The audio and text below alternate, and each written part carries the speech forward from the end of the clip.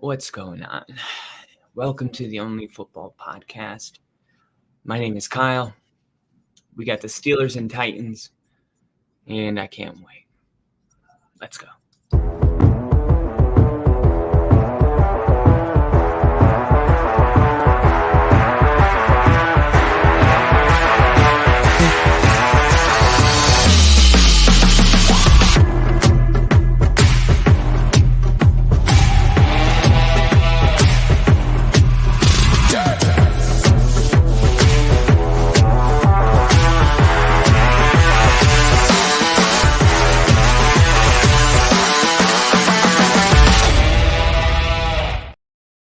Yes, sir. Welcome to the Only Football Podcast. I'm the Joker. We are in for a great matchup between the Steelers and the Titans. And we've been looking at this game for 3 days saying, oh, it's going to be probably a defensive battle. But did you know that this is only the second game in the last 10 years to have an over-under as low as this one. So the books think it's going to be a low-scoring game. And I got reason to believe that it's going to be a little more scoring than people think. My reasoning is because they keep talking about how good the Steelers' defense is. Now, I understand that Will Levis is a rookie, and he's going to have to play under poise, TJ Watt. But Atlanta has the 11th ranked passing defense, and he threw for 4 touchdown passes last week. So, do I think that Tennessee or Pittsburgh, the 22nd ranked pass defense, is going to be a much harder challenge? Not as much as Vegas. So I'm really excited for this.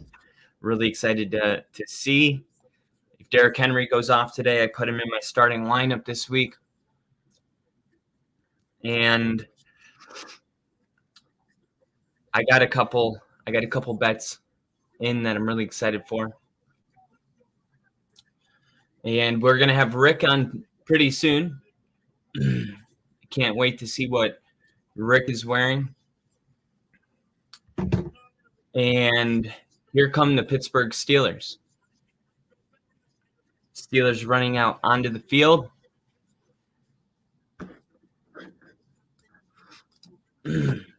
And here is Will Levis and Kenny Pickett. All right. So what are my bets? All right, I'll pull them up right now.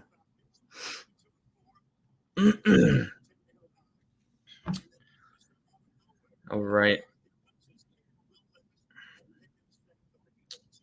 Oh, my Face ID can't log me in because I'm the Joker.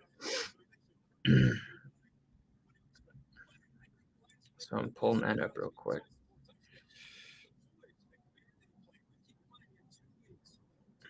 Here we go.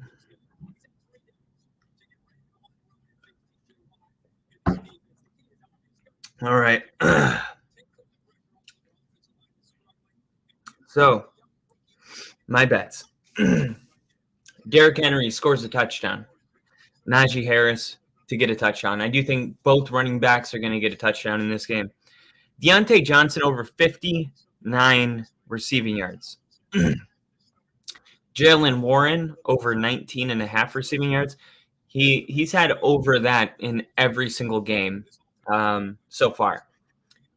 Najee Harris over 44 rushing yards. Kenny Pickett over 213 passing yards. And Jalen Warren over 25 rushing yards.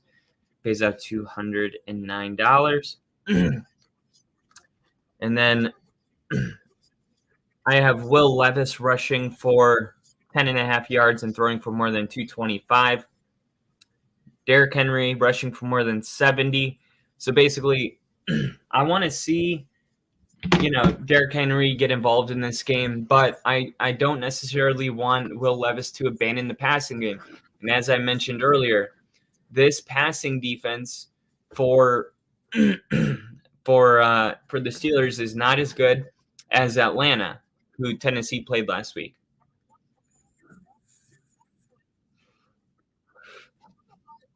All right, now when it comes to running the football, Pittsburgh's giving up the 28th most rushing yards per game. They're averaging 137 yards per game. And Tennessee does have some problems on the offensive line.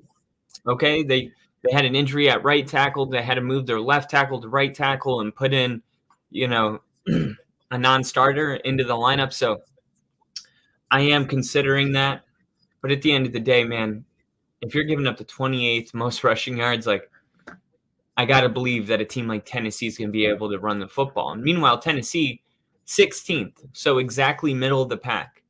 So Pittsburgh should have a harder time running the football than the Steelers, okay? Now let's talk about that passing defense that I was bringing up. Okay, the Steelers are giving up the 24th most passing yards, giving up the 24th most passing yards, 245 per game. Okay, Tennessee is giving up the 20th. So I think there's a little bit of, hey, this game looks like, our whole life. Tennessee, Pittsburgh, it's going to be a smash mouth, hard-nosed football game. That all might be true. But at the end of the day, these two defenses are not top of the league in anything. So to just assume because it's 40 degrees, it's going to be I think we're bringing too much of the past into this game. I think both teams are going to be able to score more, and I'm taking the over. 36 points, that's nothing, man. That's nothing. So here we go. We're at a commercial break. When we come back, the game will be kicked off, and we will begin Thursday Night Football. Once again, thank you guys for joining us this Thursday.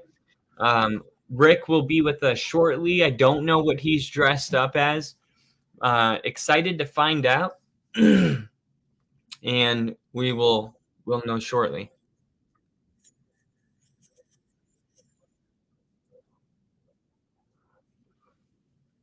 All right.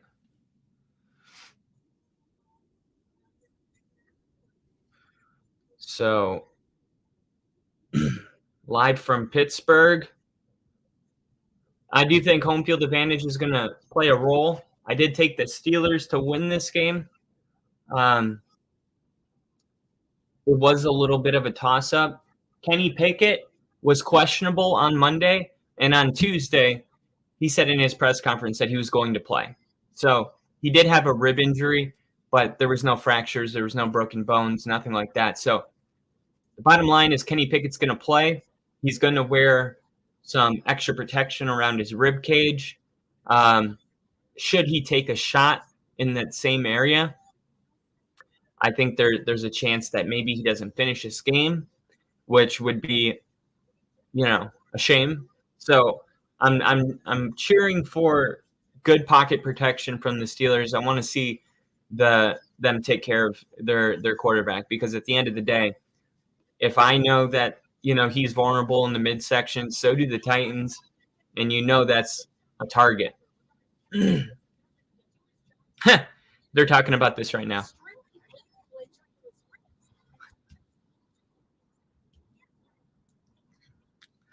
So Kenny Pickett left last week against the Jaguars. He left at halftime, or in the second quarter. He was 10 for 16 for 73 yards against the Jaguars before he was pulled.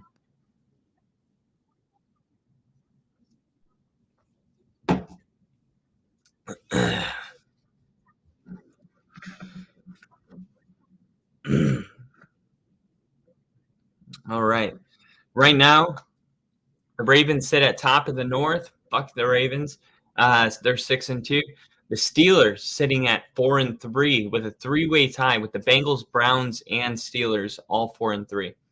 Meanwhile, Tennessee is in second to last place in the AFC South with Jacksonville running away with that division on a 5-game win streak as Tennessee gets set to kick this football off.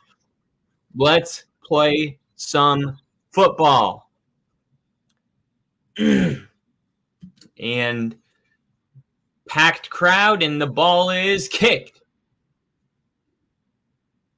And this one is going to be returned to start the game. And he's going to get tripped up down at the 22-yard line. All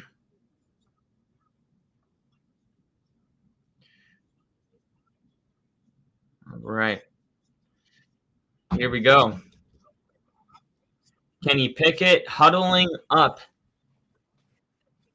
Huddling up right now, getting ready to call. All right, we got Kenny Pickett in the shotgun. He's going to hand it off to Najee Harris here on first down, and he's going to pick up 5 yards. Hard-fought run from Najee Harris to get this game going. A lot of people thought Najee Harris maybe has underperformed based on his expectations, but good first run for him. I think both teams are going to run the football a little bit better than they're used to today. 2nd and 6 after a 4-yard gain officially. Kenny Pickett in shotgun trips right. Now they're sending some motion to the left side of the field. Pickett's looking, setting up a screen, and it gets batted down before Najee Harris can pull it in.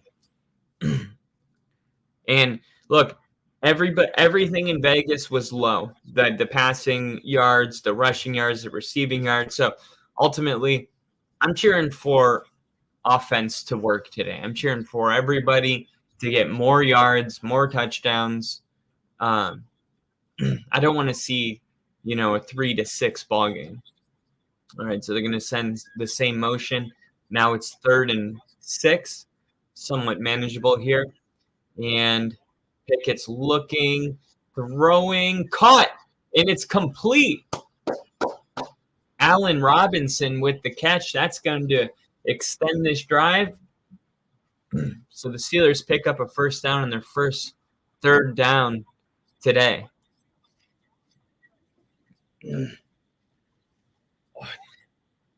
So sore. All right. That was a really good job by Kenny Pickett, just hanging in the pocket with that rib injury. He might be feeling a little antsier than usual. Great job sticking in the pocket right there. Jaylen Warren in motion. They're going to throw it to him, and he's going to get 10 yards. Great run or reception. Is that technically a reception? I never know how it works. If they throw it behind the line, it's definitely not a rush. He had to throw it all the way to the far side of the field.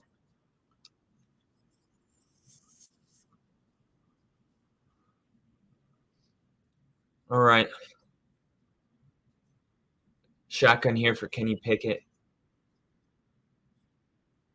And he's going to hand it off to Warren, and Warren is going to pick up like 6 yards right there.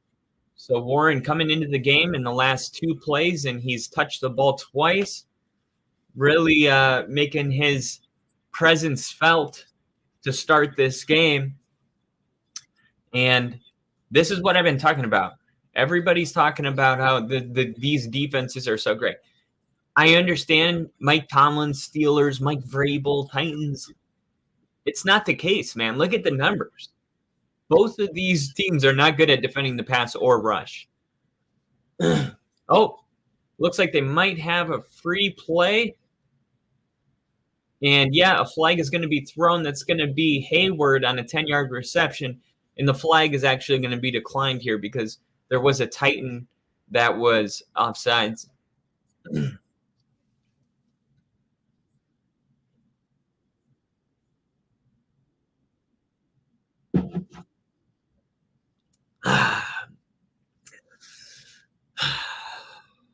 All right. So Matt Canada under a lot of scrutiny this year because of the offense. So far, they're moving downfield. Still haven't seen a couple receivers get involved in this game, and Kenny Pickett's just going to throw it away. Probably a smart decision. Try to get a play action going, and the pressure was just there. Looks like legal man downfield is going to be the call. I think they're trying to set up a screen, and the timing was off, so the lineman got too far downfield. Yeah. All right, so Broderick Jones, the rookie out of Georgia. I think it's Broderick. Yeah. They were trying to set up a screen to Najee Harris. Now it's going to be 1st and 15, and it backs him up. All right, Pickett looking, firing downfield, and he overthrew his receiver. Deontay Johnson was open, wide open. He just threw it right over his head. Jeez. Come on, dude. Be better than that. He's wide open. Why are you throwing it like that? Fucking settle down. You don't even have any pressure.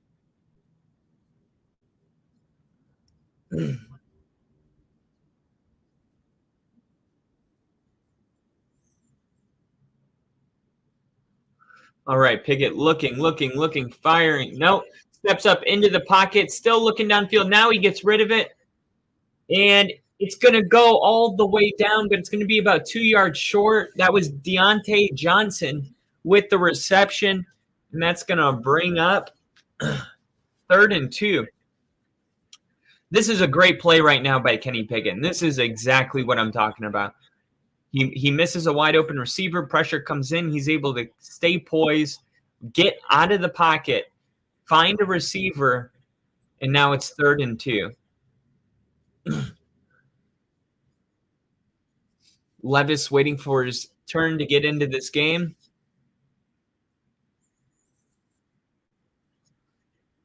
Pickett looking, 3rd and 2. Firing downfield, and it's caught. And that's Deontay Johnson again with another first down.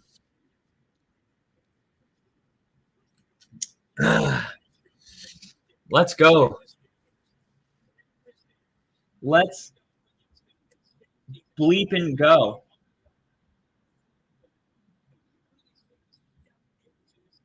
Let's see.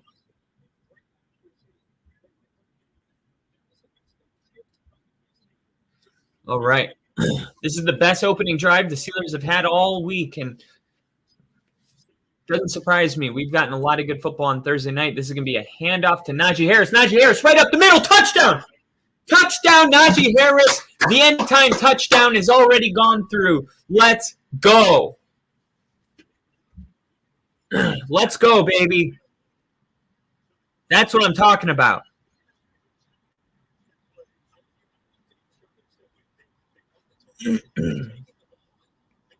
That is what I'm talking about. Najee Harris with the touchdown. So do I have – where is he? Where's the big one? There it is. Najee Harris.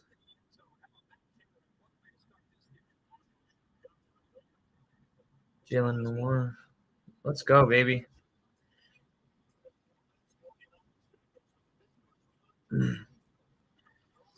Here we go. Here we go. Let's go, baby. Let's go. Fuck. We got E-Dub in the chat. We got London on the track. What's up, E-Dub? Cheers. Me and Rick didn't dress up on Monday Night Football, so we said we're going to today. When we get Rick in here, he's going to be dressed up. We didn't tell each other what we were going to go with, but I can't wait. It'd be funny if he's the Joker.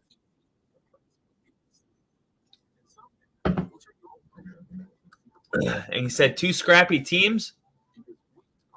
And yeah, absolutely. 2 scrappy teams. Potentially one of the best opening drives we've seen. Man, that was just all around pretty solid right there.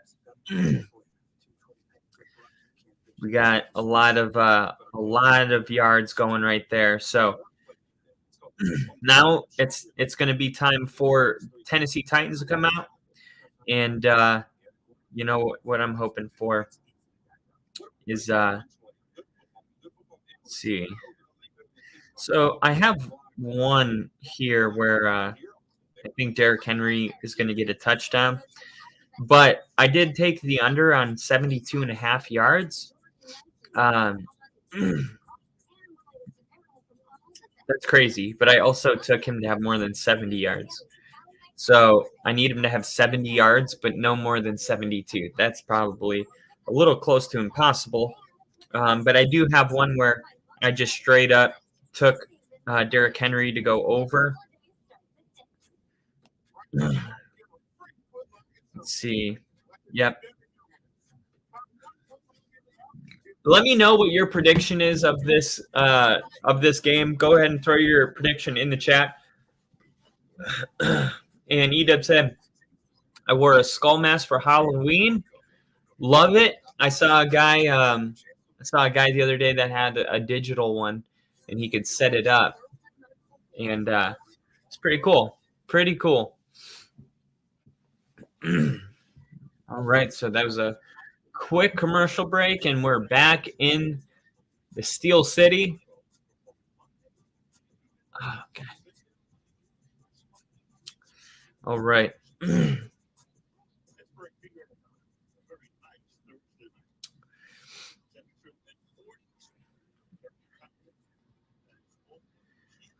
This is the one I want.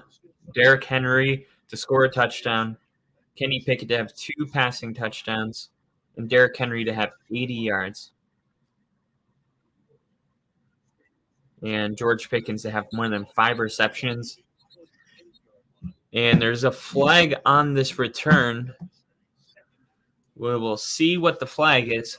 And here we go. Our first prediction in the chat. Steelers 17, Titans 6. I could see it being that type of game. I have 23-20 Steelers. Wow, I've never seen this penalty. Double team block.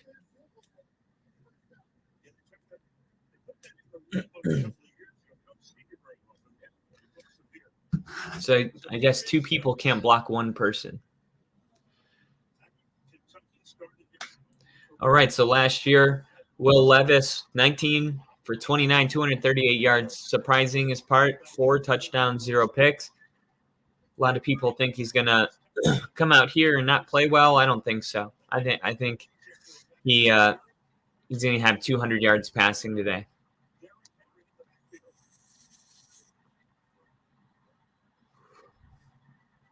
All right, here we go. It's going to go to Derrick Henry here on first down, and Henry picks up just a single yard.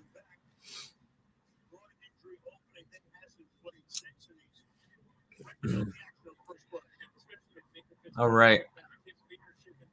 We just went under 10 minutes in the first quarter. The Steelers went on their best opening drive of the season. And the Titans right now are trying to answer it. Traylon Burks on the left, DeAndre Hopkins to the right.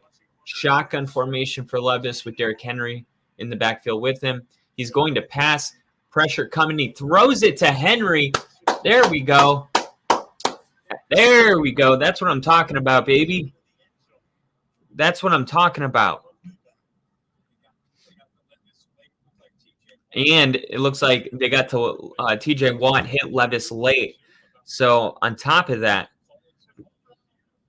they're going to call roughing the passer here.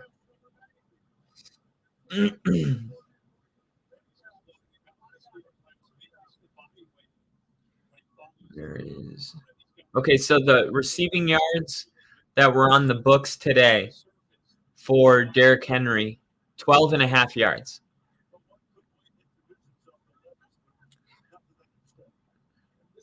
Allow me to reintroduce myself. My name is Hove. H to the O-V. Here we go. Levis from the 31-yard line, shotgun. And they're going to hand it off here to Henry. And Henry picks up 3 yards.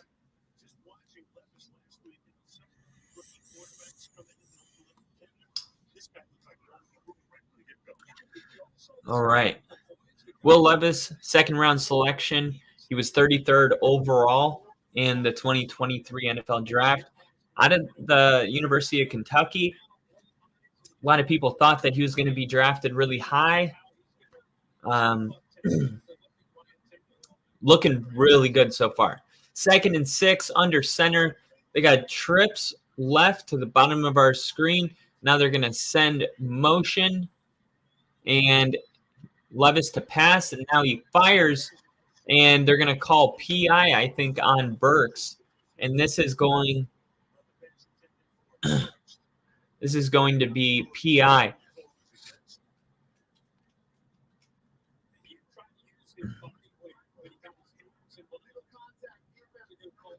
Yep, illegal contact on the Steelers. It's going to be an automatic first down. The call's on Peterson, number 20, who was lined up on Burks, and he was just playing really physical, just way too handsy downfield. Can't be that physical down the field. Come on. All right, here we go.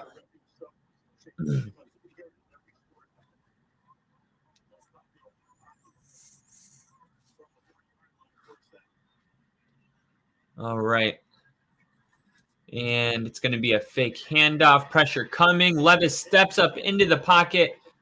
Throws too low for DeAndre Hopkins. He had him there, but the pressure was coming in, and he just had to get rid of the ball.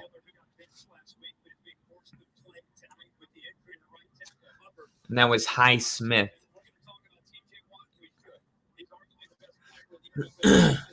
Alex Highsmith. 26 years old, went to Charlotte, 3rd-round pick, making a big difference. All right, so we got the tight end in motion to the top of the screen. And, all right, this is going to be a handoff to Derrick Henry, and Henry picks up 2. So now it's going to be 3rd and 8.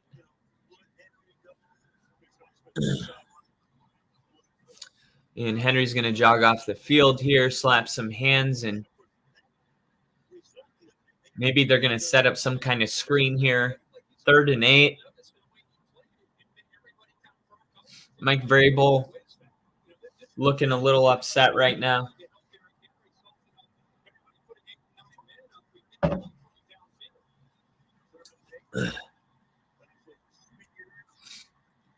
All right. Hopkins.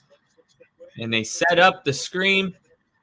And Spears is going to be 1 yard short. We'll see what Vrabel does. Let's see where the ref spots it. He's going to spot it about a yard short. And Vrabel's going for it. Vrabel's going for it.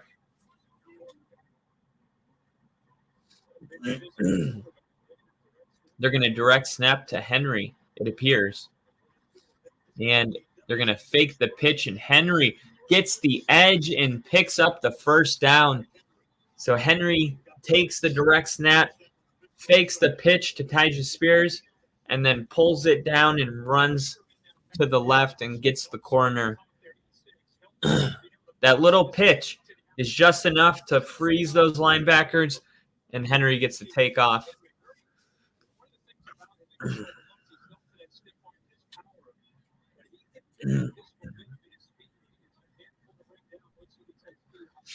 All right, so Henry with 12 rushing yards now. He's going to take a breather on the sideline. Under center is Will Levis. Hopkins coming in motion to the bottom of the screen. And he is going to hand it off, and Tyjae Spears is going to run for a gain of 8. Wow, what a run there. There's a flag on the play. We'll check on the flag.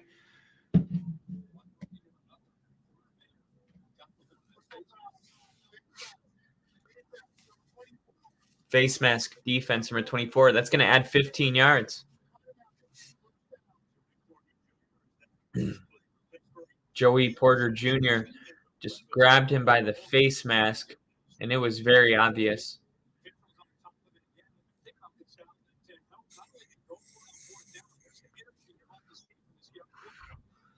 Will Levis fired up.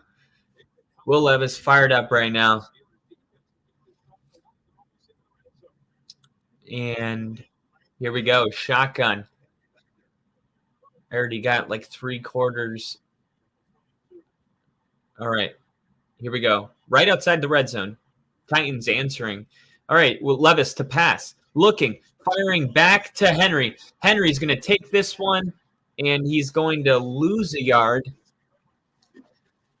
Took the ball, ran right, had to throw the ball back to his left.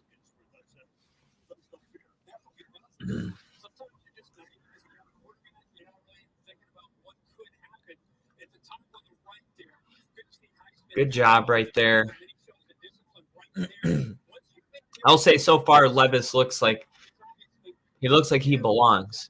He looks like the moment's not too big for him. Looks like they're going to do a direct snap to Henry, and this time he's going to hand it off to Spears.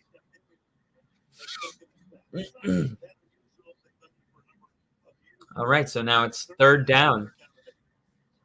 Tim Kelly, offensive coordinator for the Titans, dialing up something here on 3rd and 8, already in field goal range. So we'll see if they can get a first down or if they're going to have to try to settle for a field goal.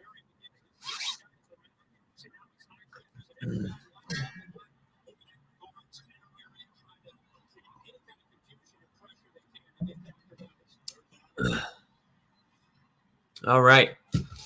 Shotgun here. Levis looking, and he's sacked. There is a flag. There is a flag. Hold on, everybody. There is a flag on the play.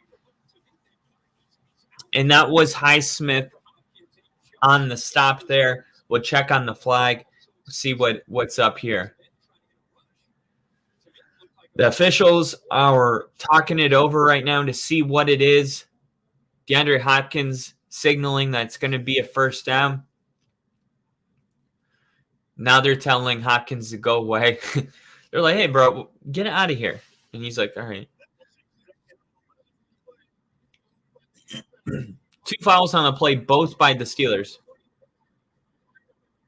Lined up in the neutral zone. Illegal use of the hands. Wow. The same player was penalized twice. So 2 penalties, all on Joey Porter Jr.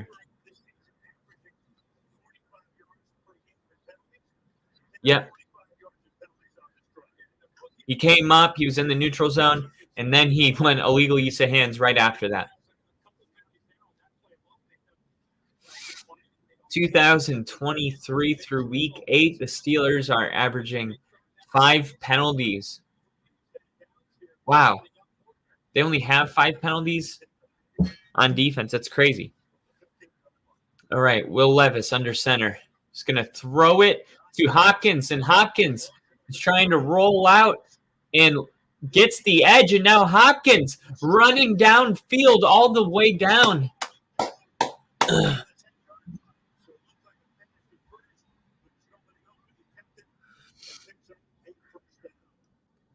First down because of DeAndre Hopkins.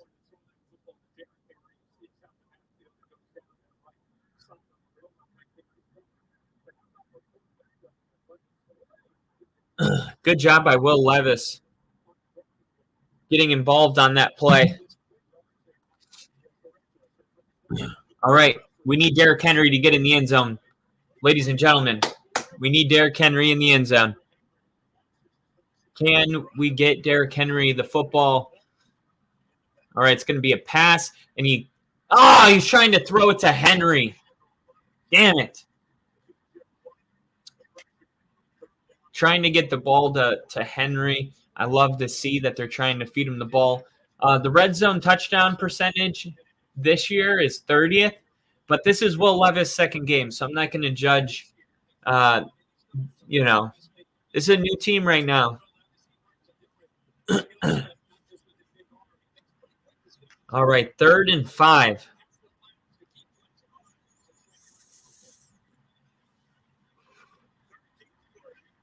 All right. 13th play in the opening drive. All right, Levis is going to throw it. He's trying to step up, rolls out. There's a flag down. TJ Watt makes the play with no helmet on, and he's losing his mind.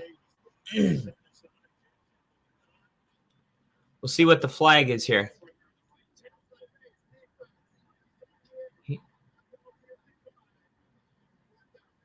Hands to the face defense. Okay, there you go. He's like, correction, it's on the offense. I'm like, why would they decline that? So, yeah, that's why TJ Watt's helmet was off.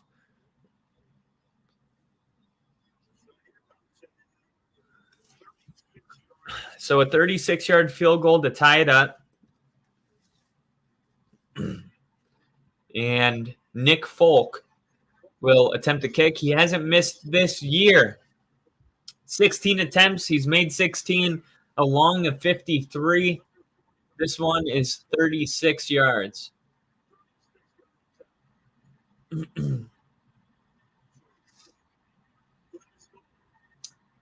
And snap, hold, kick, and it's right down the middle.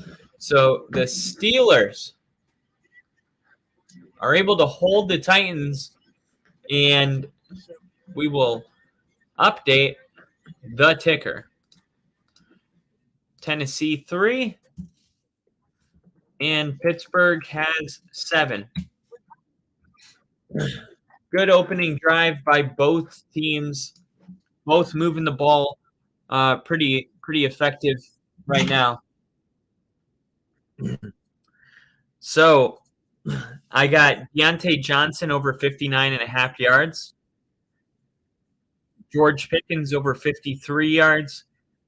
Okinawa over 23.5.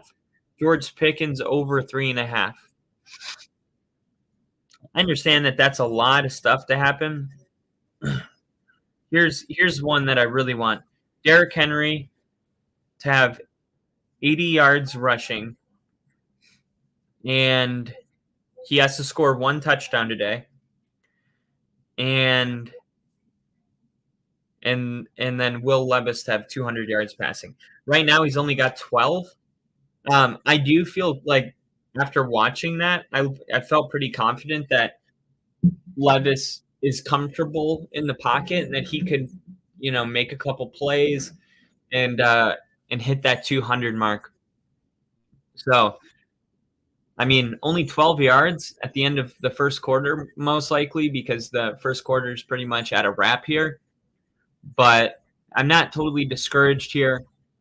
We'll see if Kenny Pickett's able to get 2 passing touchdowns as well.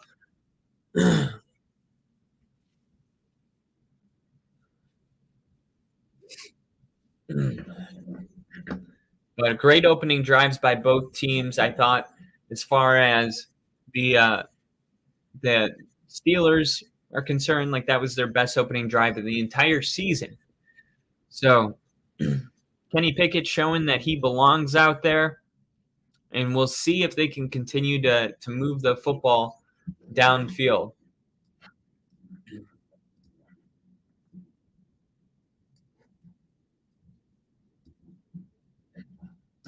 $70 offensive touchdowns. Last 2 seasons, 6 offensive touchdowns. That's 6 offensive touchdowns of 20 yards or more, which means Pittsburgh the last 2 years hasn't had the explosive. And so far, look, it looks like the Steelers could maybe get something going here tonight. And this kick is off. And this one looks like it could be returned, but instead he'll let it bounce into the back of the end zone. Here comes Kenny Pickett trying to duplicate what he did on that last drive. He looked comfortable in the pocket. He found Deontay Johnson a couple times. He was able to roll out of pressure and keep his eyes downfield, extending plays with his legs. And Deontay Johnson, a couple really nice catches, and then Najee Harris pounding it in from 10 yards out. All right, here we go. Under center, Kenny Pickett. And Warren is in the game for Harris. And this is going to be a handoff to Warren, and Warren picks up 2. And that's a great tackle from the Titans defensive lineman. 2nd and 8 coming up. Total offense last drive, they had 62 passing yards and 21 rushing yards. Total of 83 yards. 2 minutes and 25 seconds left in the first quarter. And it's like George Pickens is going to be lined up to the left.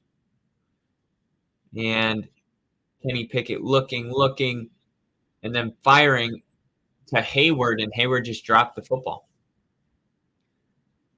Fans thought there should have been a roughing the passer at the end of that play. It doesn't get called. Fans are now seeing it on the screen, and they're even more mad. 3rd and 8. And let's see what they do right here. 3rd and 8. You don't want to go on a really impressive drive and then follow it up with a 3 and out.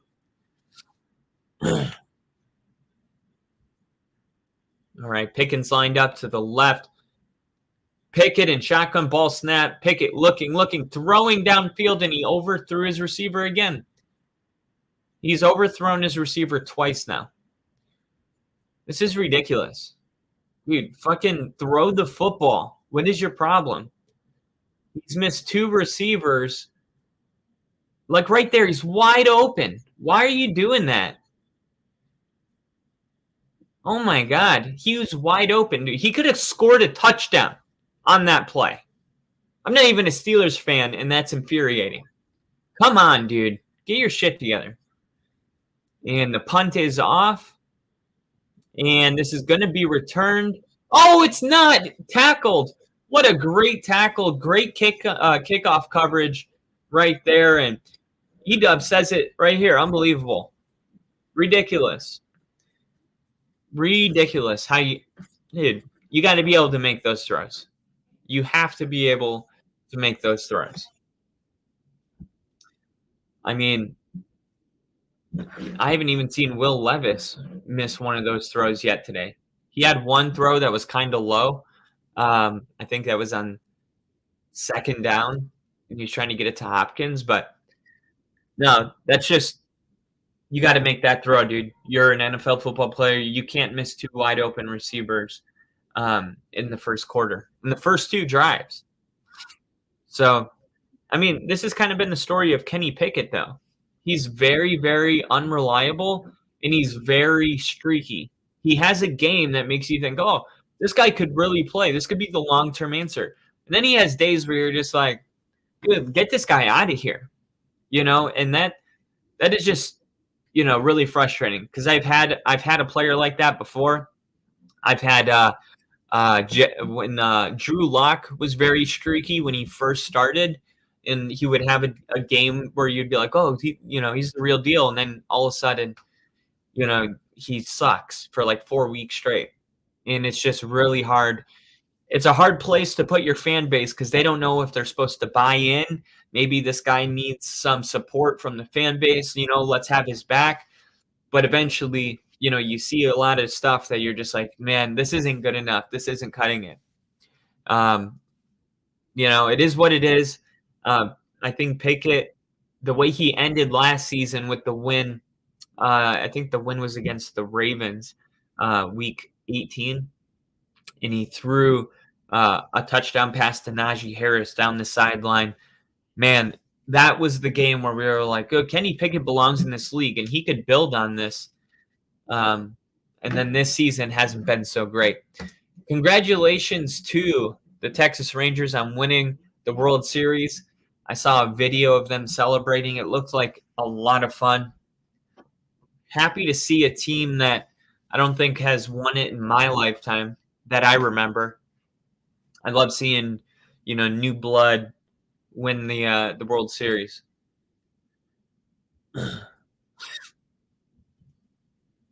All right. We are back in Pittsburgh. Titans with the football. Let's see what Will Levis and Derrick Henry can get going here.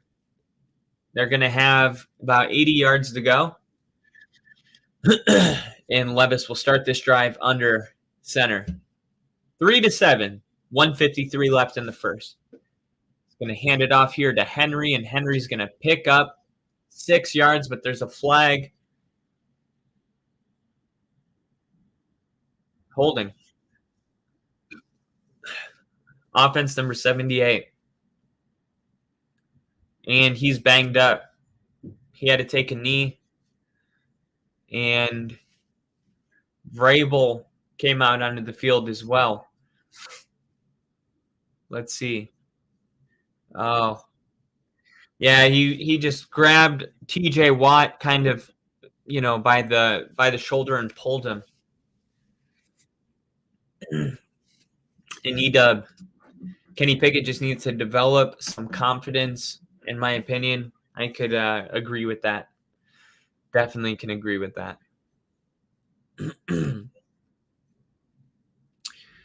And see what's up with this injury. It was looked like he was going to get up and walk off the field. Then the training staff came on and told him to get back down on a knee. And looks like his replacement, they're already banged up on the offensive line. So don't be surprised if Titans aren't able to run the football as effective as normal because they are banged up at the O-line.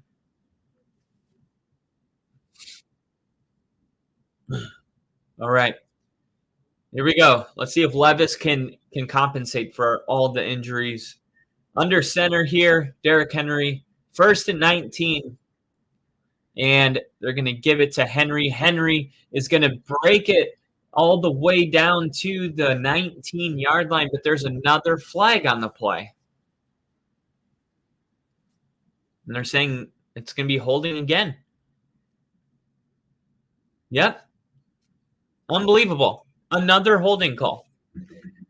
E-Dub said, call me crazy, but Pickett's missing such throws and receivers is more agonizing than the New York Giants, Raiders dysfunction, Desmond Ridder and Commanders pulling down to their competition combined. Yeah. No, I totally agree with that. That's a great take, King Henry. Yeah, but they keep taking it back. And you know who they held again? TJ Watt. Again. So now TJ Watt's been held twice in the last 2 plays. And now Tennessee's backed all the way up, standing inside their own end zone. 1st and 23 because it's half the distance of the goal inside the 5 here. So here we go. Levis looking, firing, caught. DeAndre Hopkins downfield. 1st down all the way down to the 35-yard line. There we go. Oh, no. They got a Steeler down, a Steeler's hurt. Their linebacker, Cole.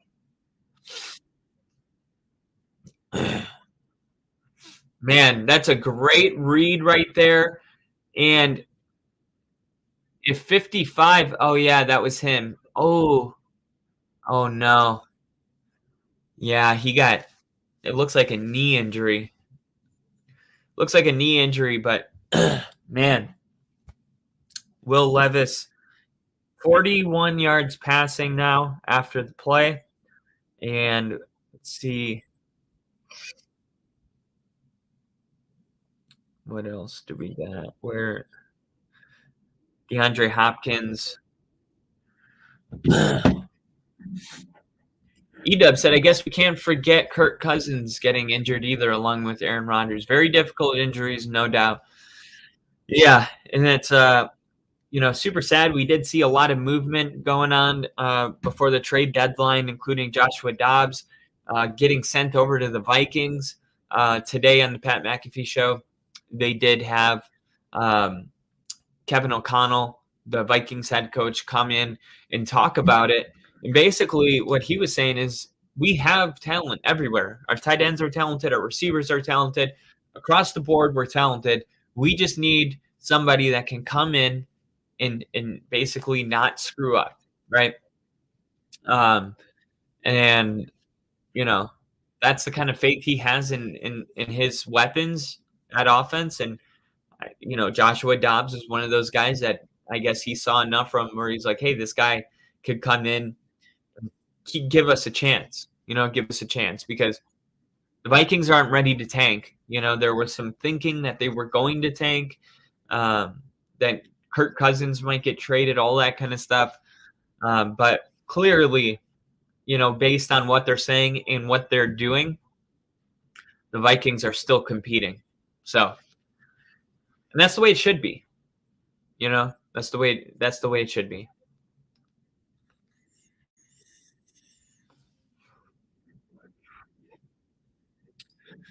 With all the Taylor Swift commotion, I wonder if she's taking Travis Kelce and the Chiefs for a ride. But maybe. Maybe. I don't really know what you mean by that, though. Maybe you could elaborate.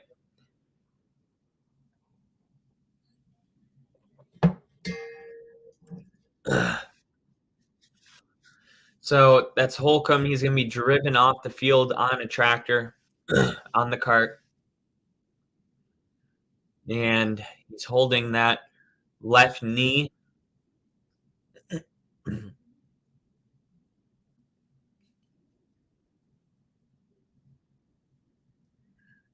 Apparently, there was clearly a terrible injury. They're not going to show the replay, but they were insinuating that the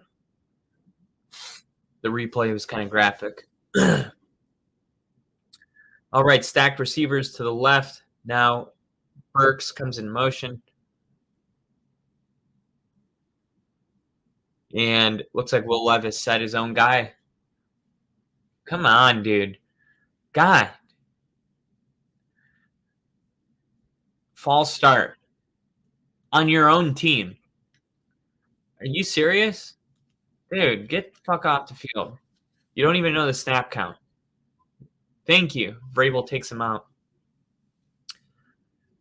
Dude, seriously, 3 penalties in the first 4 plays? You're on the road. You got a rookie quarterback. Help him out. Stop being a dick. All right, here we go. Empty backfield. Levis looking. He's going to throw. He tries to roll out. He does get the ball away. And that was Kyle Phillips on the reception. And that's going to be the last play of the first quarter. And we go to the second quarter with the score 3-7. We've had a touchdown on the first drive. Then the Tennessee Titans came back and got a field goal. Went all the way down to the red zone, but couldn't punch it in. Then the Steelers had a 3-and-out. And Tennessee, even with all the penalties that have been called on them, because it's been really messy, they were still able to, keep getting first down. So good job by Will Levis, being able to overcome all the mental errors that their offensive line keeps making, including a false start and 2 holding penalties. And Edub said, as sweet as Taylor Swift is, I also believe she loves attention. But anybody that blames her for when the Chiefs lose is basically a lazy excuse. Yeah. I mean, I don't think anybody actually blames her for losing. I mean, I haven't seen anybody do that. I've seen them point it out. Travis Kelce plays better with Taylor Swift, but that's fun.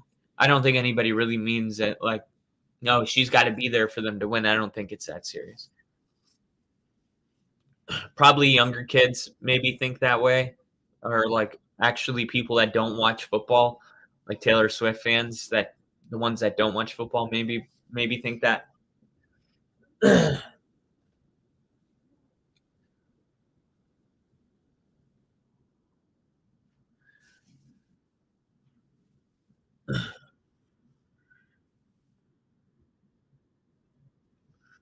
Right.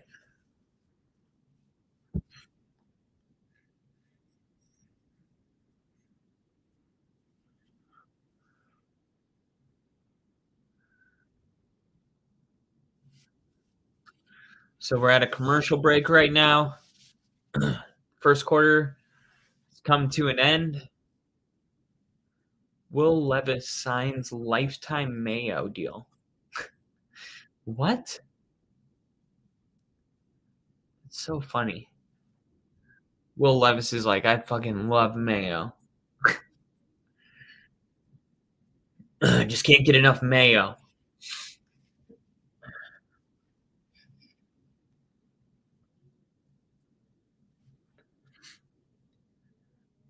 All right.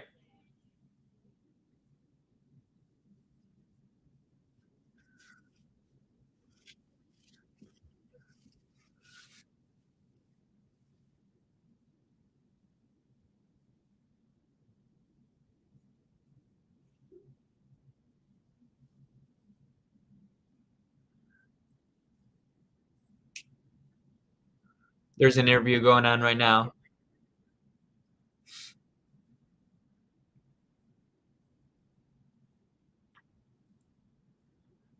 All right. Said everything you'd expect. They didn't do their job, then they did their job, and we'll see how this drive ends. All right, here we go. Levis looking, trying to get away from the pressure, and he's sacked. And that's Highsmith again, who's been in the backfield 3 times already. And this offensive line is banged up right now. Not a great start for protection, but Levis did a good job of being able to at least get back to the line of scrimmage on that play. Here we go, 3rd and 8. I need like 3 more things to happen. Here we go. Levis looking, taking a shot downfield, and Hopkins wanted a flag, and he doesn't get one. And it was intended for Hopkins. He was taking a shot. Hopkins really feels like, he's not one to really complain about flags. Let's take a look at this. He was lined up with Joey Porter Jr. and yeah. I don't know. It could have gone either way, I guess. They're going to punt this one back to the Steelers, and that's a pretty high punt. This one's going to be returned, and he's going to go down at the 17-yard line. So a good job not letting that one bounce. And the Steelers start almost at the 20. John Madden would probably like all these disguise coverages. Probably all it takes is a bad O-line. Yep. And me and Rick know too much about bad O-lines. We had 2 of the worst last year. I think Justin Fields and Russell Wilson were both sacked 50 times last year.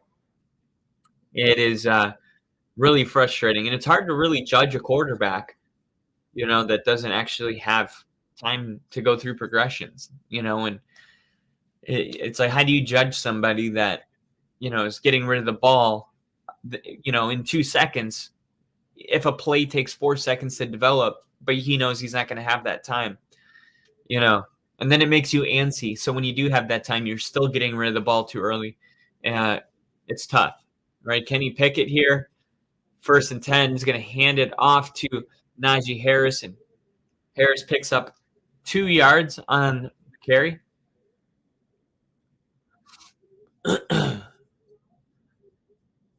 13:45, 2nd down and 8 or 2nd and 7.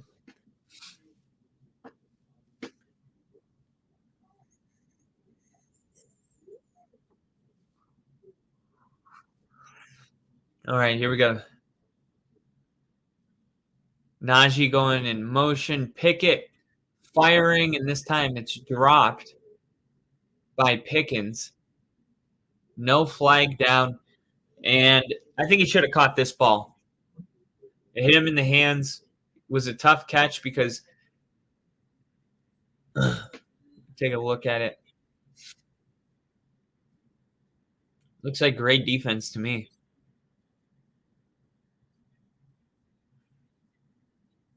They didn't really give us an angle anyway to be able to tell.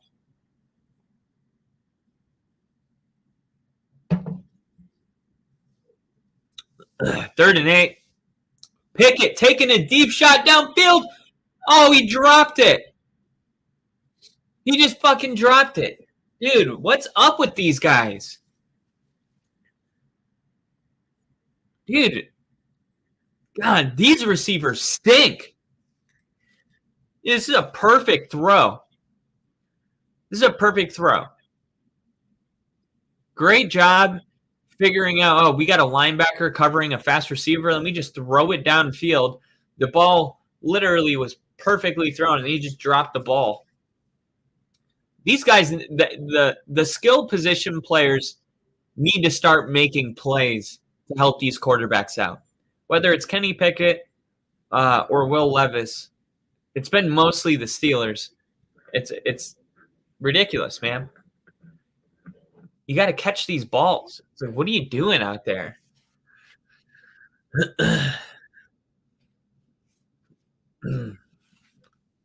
Another drop, dude. Steeler fans must be pissed. Steelers fans must be livid. Just out here dropping the ball like a bunch of losers. I'm telling you. I don't know how he dropped that last ball. Like he had it in his grab, and he was already going down, and then he just God. I mean, you don't get much. Like Kenny Pickett did everything right.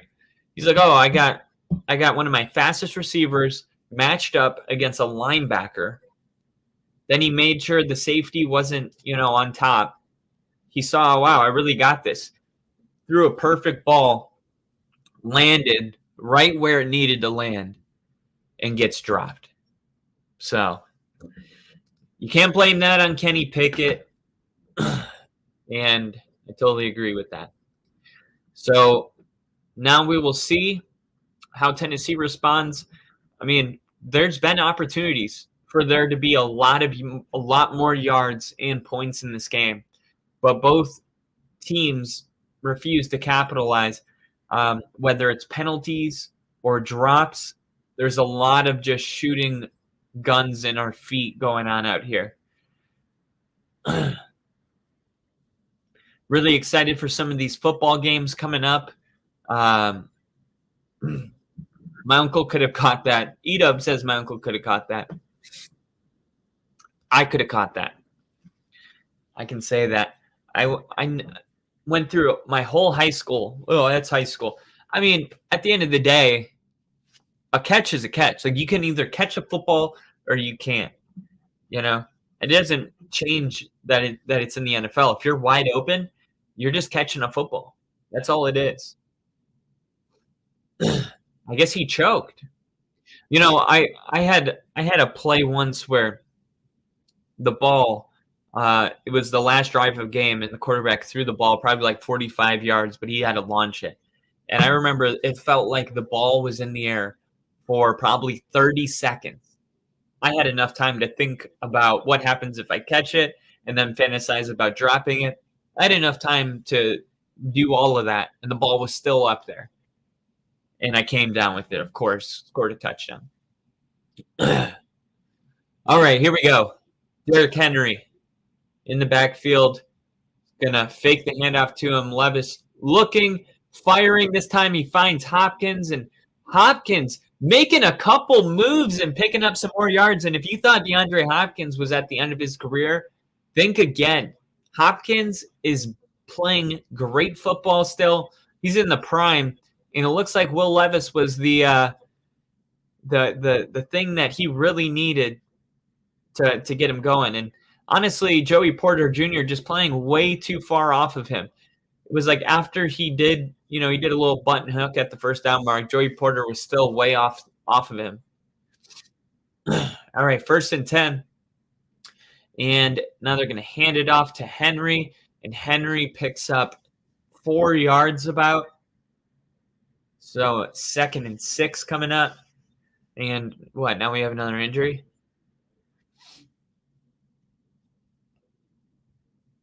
Okay, a timeout. Oh, another offensive lineman's down. Whew. I can hear John Madden saying, just can't be dropping the ball like that and expect your quarterback to be happy. Also drives coaches crazy. Got to make that play. Yeah, I remember growing up, I was like, my dad, I knew he didn't like John Madden. I wasn't sure why. And I was like, why don't you like him? And he would go, because he always says the most obvious thing.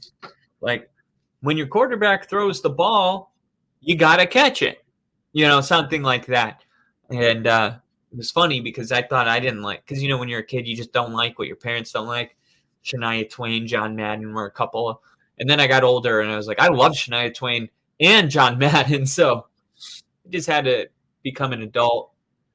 Oh, and what just happened? Will Levis was getting wrapped up and he threw the ball backwards.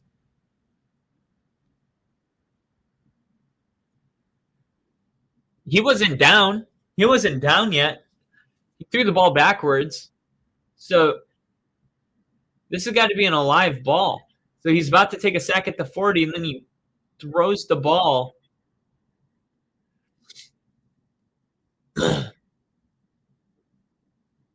Yeah, that was just a bad play by Levis. Good shit. All right, 3rd and 13. They're going to mark him down before he threw the ball. 3rd and 13. Levis looking, firing downfield, wide open, caught. And that's Westbrook with the catch downfield. Great job by Levis keeping his eyes downfield. They might have somebody in Levis. They might have somebody.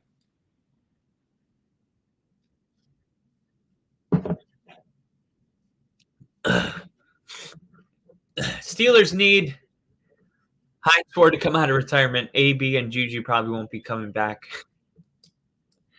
Yeah, if Hines Ward came back, he would get fined every single play.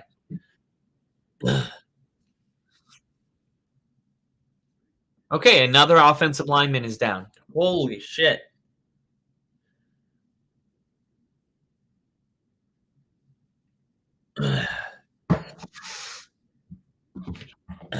Man.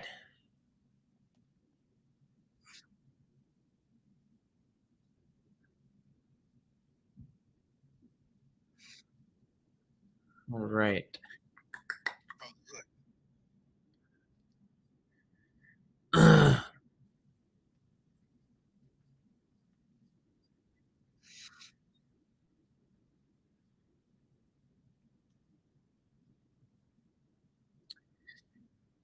You want to know why I'm always smiling? Do you? All right, here we go. Under center, 1st and 10, Will Levis. They got a pitch here to Derrick Henry. Derrick Henry is going to pick up, we'll call it 4 yards for now. Edub bringing up a good point. How does Mike Tomlin manage to have such bad rosters, never finish under 500? Honestly, the Steelers have a great roster. They really do. They have a lot of talent on this football team. It might not seem like it, but they do. But that wasn't – I'm not pushing back against what you said. I agree. Mike Tomlin is a legendary Hall of Fame coach. All right, here we go. Under center, Levis is going to hand it off to Henry, and Henry's going to pick up About 3 or 4 more yards. It's going to bring up 3rd and short, 3rd and 3.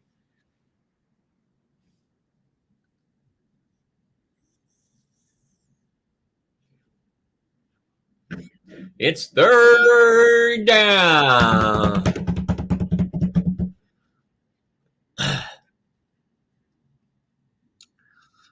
All right. All right. Levis firing. DeAndre Hopkins catches the ball. Why didn't he get back up?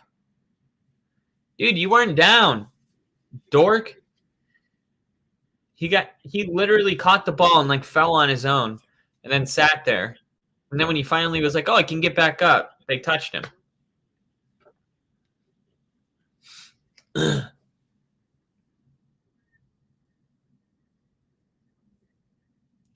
Okay. So they threw a flag. They were going to say that the 12th that there were it was going to be on the Steelers for having 12 men on the field, but yeah. Hopkins has got to have more heads up to bounce back up. All right, here we go. Levis in shotgun. Wonder if they're going to give it to Henry here.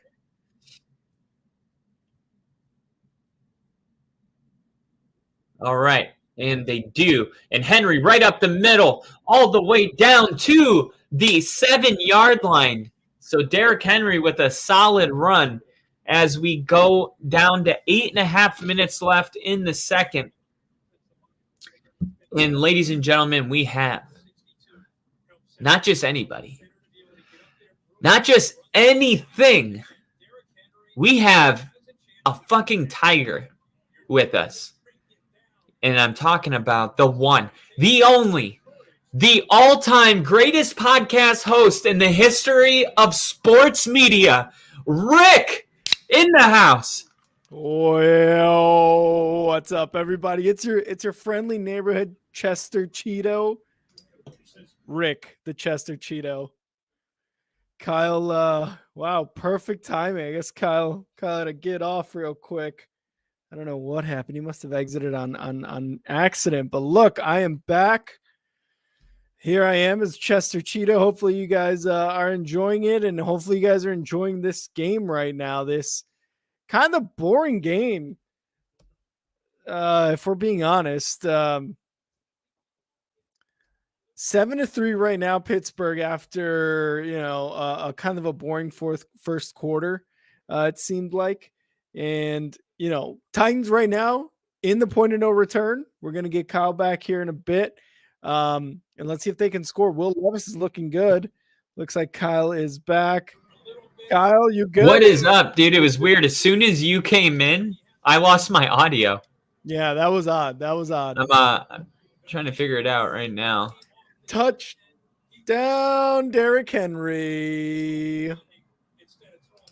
Audio. Derrick Henry. Looks like you guys can hear me all right. Yep. The only issue is with me being able to hear.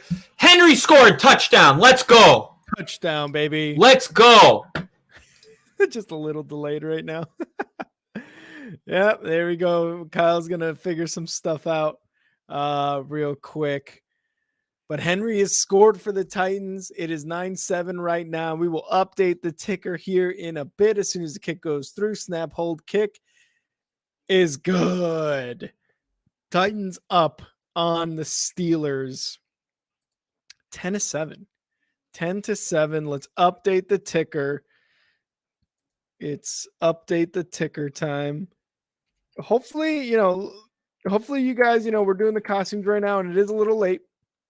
It's November 2nd currently, but we could not, we just forgot that about the costume Halloween episode. That's we forgot about it. So here I am with Chester Cheeto. Let me know what you guys did for Halloween, how it went.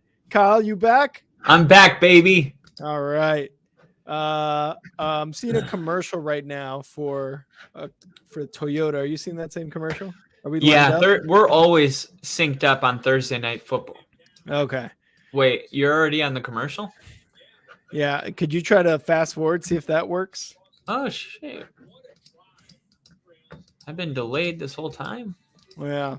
What? Have you? I guess so. I just fast forwarded. Now I'm at a DraftKings commercial. Yeah, same.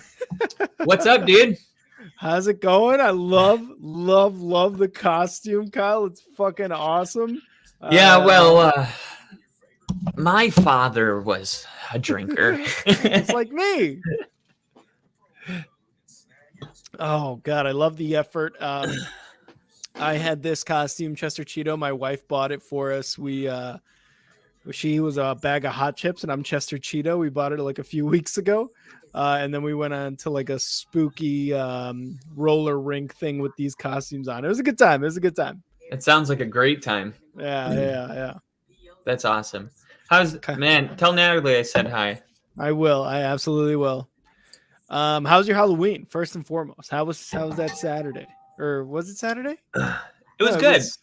It was. I went. I went to a bar that is crazy busy on Tuesdays, and then it happened to be. It was awesome. They made it all scary.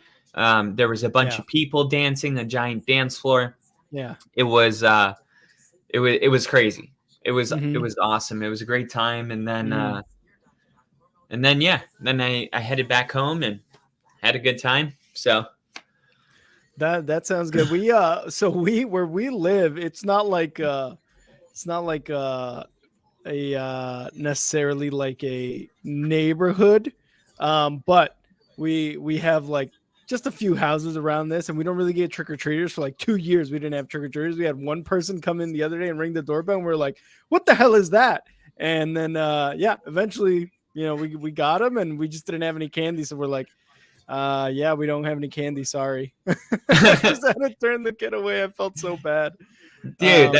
That's a party foul. You gotta have candy. I know. We were about to give him like, I don't some know, deodorant, some like we were gonna give him like 20. He would love toilet paper. Dude, we should invent adult trick-or-treating when you get like socks and shit, because when you're a kid you hate that stuff. When you're an adult and someone gives you like some Nike socks, you're like, fuck yeah. All right, we're back to the game. 6:28 left. They're gonna hand it off here to Najee Harris. Najee's gonna get about 9 yards on this first play from the kickoff. The Steelers are looking at a 2nd and 1. Kyle, I heard you because as I was getting stuff done before the episode, I was watching the stream and I was like, there are way too many flags, and that's something you mentioned too. Like, there are way too many flags. Yeah, it was ridiculous. It was just constantly the drops too. I mean, there could be some of it's Kenny Pickett's fault. Some of it is on the receivers. There was a play that they threw it. I think it was to Pickens, and he was coming across the field, and he just overthrew him. But if he catches it, it would have been a race to the end zone. And there's been a lot of that kind of going on. Yeah, it seems like it. And I think the Steelers, I think I heard, they average 45 penalty yards a game. They had already gotten that before the end of the first quarter. So flag bowl indeed. E-dub, here we go. 1st and 10. They got a first down on another rush. Here's Kenny Pickett in the shotgun. 2 receivers to his right side. Najee in the backfield. Takes the snap. Quick pass there off to the right side. Looks like to Pickens. And he gets about 8 yards on that reception. That wasn't Pickens. I don't know who that was. Are you at 5:17, 5:16? No. Do you want to try fast forwarding again? No, I'm on 1st and 10 right now. Quick throw to Johnson. Oh, Deontay Johnson. Yeah. For a gain of 7. I'm all the way fast forwarded. That's weird. Right. Thursday night we're usually good. Yeah. We're normally good on Thursday night. All right, let me know when they're motioning the tight end. Okay. Bet. 3 receptions for 40 yards already. Love to see it. I want to see Pickett a little more involved in this game.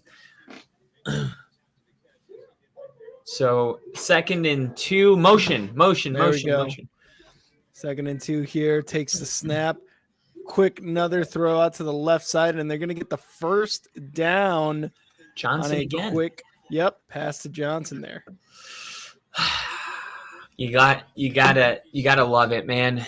I'm crushing it today. Knock on wood. Yeah, Things are going really well. I know. Dude. I heard you. Do you have a parlay right now? Yeah. Dude, well, I was looking at it, and it's like the over-under is the second lowest from any game in the last 10 years. And I'm like, I think we got a little too caught up in who the Steelers used to be and who the Titans used to be. Definitely Because that. none of these teams are great at run defense or pass defense. You know what I mean? So it's Take like, it in trouble, incomplete pass. Yeah, there's going to be a neither flag. of these teams. It's going to be roughing the passer. Oh, no. So if Jalen Warren gets 10 more receiving yards, Deontay Johnson gets 10 more, and Pickett reaches 213 passing yards, and Warren gets 15 more rushing yards, I get $200. Oh, wow. Nice. This is another $2 bet. Yep. Love it. I love it.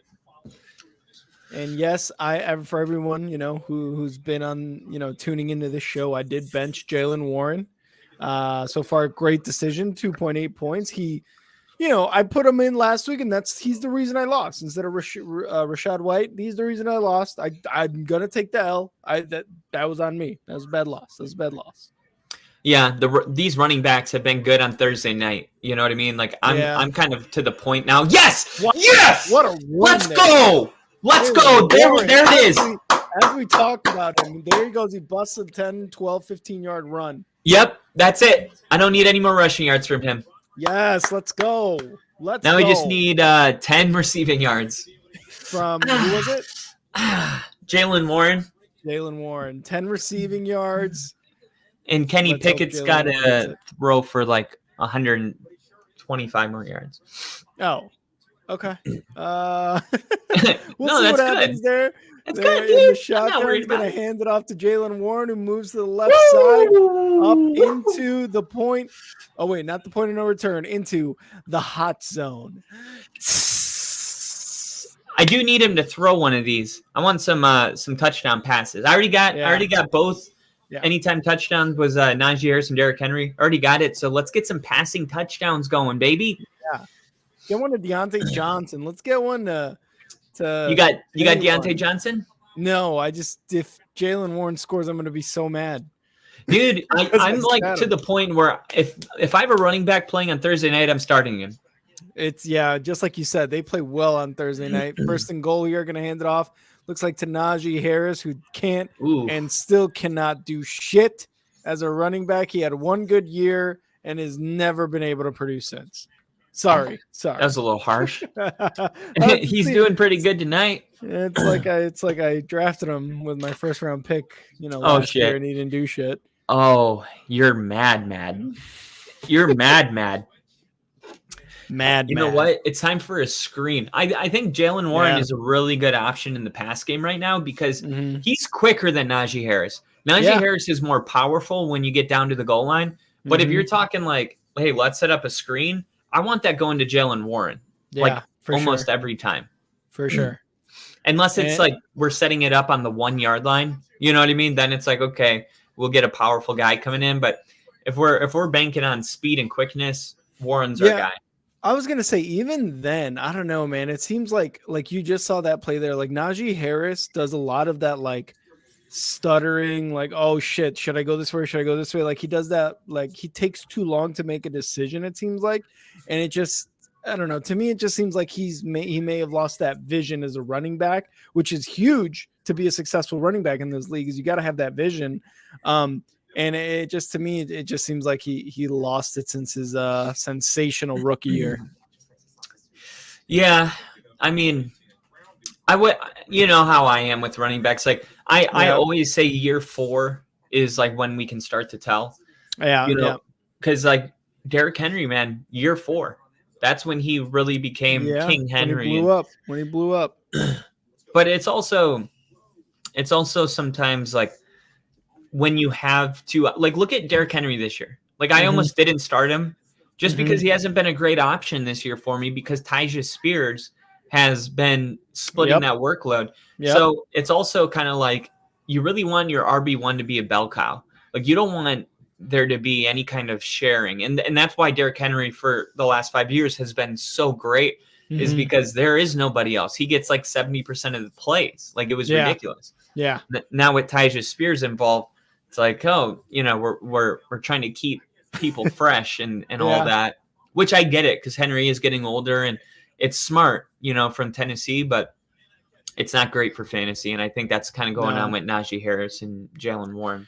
I think so. I think next year is going to be one of those like years where they're like, you know what? We are going to go with Jalen Warren as RB1. But I can see the benefit of just, keeping them fresh, like you're saying, right? Like one for the run game, more likely, one for the pass game, something like that. But running them and passing at them every once in a while, but knowing their exact positions, right? So, yeah, we'll see what happens next year. I just Najee Harris, to me, he's done in my eyes. As we get to the 2-minute warning here, it's going to be 2nd and goal for the Steelers. Kyle, do the Steelers score on this drive? Yeah. I'm going to say yeah. I had to think about it, but then it was like, what are you thinking about? Yeah, they're going to score on this play. Here we go. 2nd and goal in the shotgun is Kenny Pickett. 5 receivers wide. Quick one to the left side, and that is to... Is that Johnson? No, that's Pickens. Pickens gets a reception, and he gets about 4 yards on the reception. They're going to say that they blew the whistle before he got stripped. It's a good call. Yeah. Oh, yeah, definitely. They definitely blew it. Yeah, these refs love to blow it. Hey, get off your knees. You're blowing the game. Get off your knees, ref. You're blowing the game. Oh, there's Allen Robinson. Poor guy. Oh, now there's a flag. What happened here? What happened here? There was a flag. Is there 12 men in the huddle right now? 1, 2, 3, 4. Fuck. Right when I start counting, they're like, switch the camera angle. Okay, there's one ref. Yep. 12 men. Unbelievable. I thought who's the 12th man? That's what Tomlin just said. He said, who's the 12th man? Yeah. The fact that ref doesn't have an immediate answer is bullshit. If you're going to call that, know who the 12th man is. I thought you couldn't line up with 12 men if they're in the huddle, like you can't huddle either. You can't huddle with 12 men. Here we go. Let's see. It could be like a situation where they're like, okay, so they're going to double down on it. So, yeah, I mean, essentially they could be in the huddle with 12 men and be like, hey, after this play, we're going to immediately go to this play. You're going to run onto the field. I don't know. It's a rule, It's always been a rule. See, like, he was running off. Like, what the fuck was that? I don't know. I don't like it. Yeah, it's stupid because on defense, you have until the snap to get off the field. But on offense, you know what I mean? You got to play this game. 3rd and goal here at the 11-yard line. Pickett in the shotgun motions a receiver off to his right side. It's Allen Robinson. Takes the snap, looking to pass. Good protection over the middle. Is it Robinson? Oh, he caught it. Oh, they're calling it. No, it skipped. Oh, no. Did it skip? I don't know. That looked like a cat. Oh, God. I love Allen Robinson so much. I would have wanted him to catch that. Look who I am. Who am I? The Joker? Yeah, that skipped. God. Wait a minute. Hold on. It might. Let's take one more look. I mean, it looks like it skips, but if he got his hand underneath it, which we couldn't really.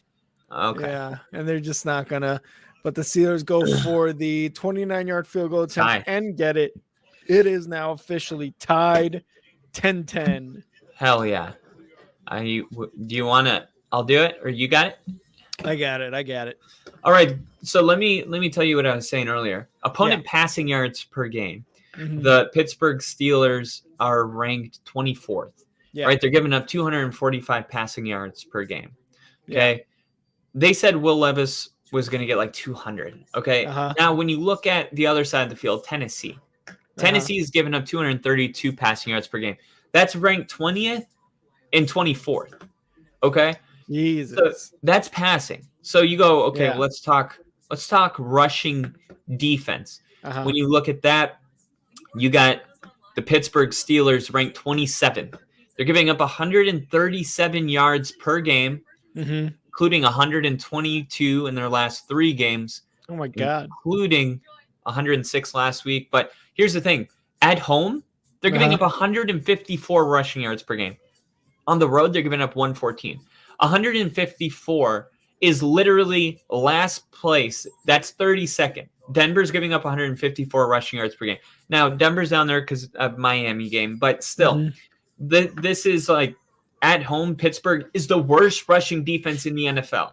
Yeah. And you look at this game, and I was watching this. I never watched this show, and today it really confirmed why. It's called like The Best Bets. It's on ESPN. It was on right after First Take before Thursday Night Football kicked off. And everyone's like, yeah, I'm taking the over, or the under. By the way, this is the second lowest total point under in the last 10 years.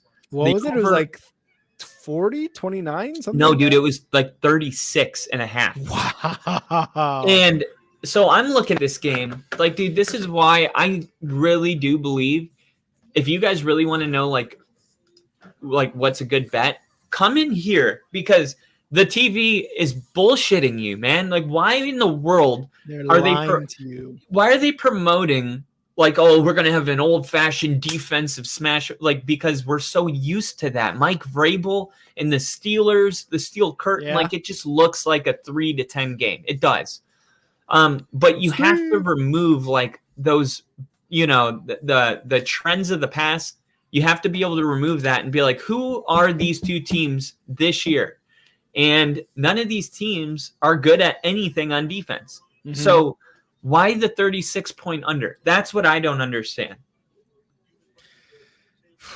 Probably because both offenses cannot score. I saw a stat earlier that the Titans went from first overall in offense in 2019 to 30th now. And the Steelers, pretty dog shit offense this year, and I think that's why is the under. But I agree, the defenses, this gives them both an opportunity to kind of be like, oh, we're gonna go to DeAndre Hopkins, right? Will Levis is gonna have another good game like he did last week. For the Steelers, hey, Kenny Pickett and Pickens, Deontay Johnson, they got a lot of weapons on their offense as well, right? Jalen Warren, Derrick Henry on the Titans. So it seems like, I don't know. It's like Vegas more than often gets this right, more often than not. But I don't know. I feel like they're going to break out in the second half here. Watch the screen to Tyjae Spears to start this. This is a screen type scenario right here. Oh, and there was the screen, but he gets about 2 yards. He tries to get out of bounds, and the Steelers do a good job making him. Dude, that is my pet peeve. When a player's trying to get back up after the play is over and they're holding him down, I literally, if I was on the field, would start smashing their helmet. 2nd and 9, Kenny picking the shotgun, takes a snap over the middle, quick to DeAndre Hopkins, gets the first down. Good job. Yeah, dude, Hop. I would I'd be swinging my hands on that dude's face. Yeah, like, dude, fuck you. I have no respect for cheating. That's literally what that is. That's cheating. Like, you can't hold time. Yeah, you can't do that. And the fact that there's never been like a penalty for that, you know what that should be? Delay of game or unsportsmanlike conduct. But it's never called. And you just have this offensive player, just fucking pissed off. And then it's like the ref comes over and he's like, get off of him. It's like, you already burned 2 seconds. You can't get that back. Like, it's a lot of time. And luckily the Titans still have 2 timeouts. Will Levis's parents are in the nosebleed, it seems like. What the fuck? He's the starting quarterback. 1st and 10 here in the shotgun is Will Levis. But I love that they're there. How many parents would be like, I'm not sitting up there. Takes the snap, looking to pass over the middle, complete into the 39-yard line. And that's Kyle Phillips, who's had a couple really impressive grabs today. Tennessee's going to hurry up and call that timeout. I agree with that. There's nothing I hate more than a big play downfield. A team holds on to their timeout and they run downfield. They take 20 seconds to set up. And now there's 22 seconds left in the half. And you're running a play to preserve your timeouts. But after that play, you're down to run 15 seconds. And now your timeouts, like, you only have time to call one of them, basically. That's the Exactly. right move, is just to immediately call that, save the 40 seconds, and set up a really good second play here. Something that Eberflus did against the fucking Chargers at this specific time too. So I appreciate this from Vrabel. 1st and 10 here at the 40-yard line of the Steelers. Will Levis in the shotgun, has 4 receivers wide, 1 in the backfield.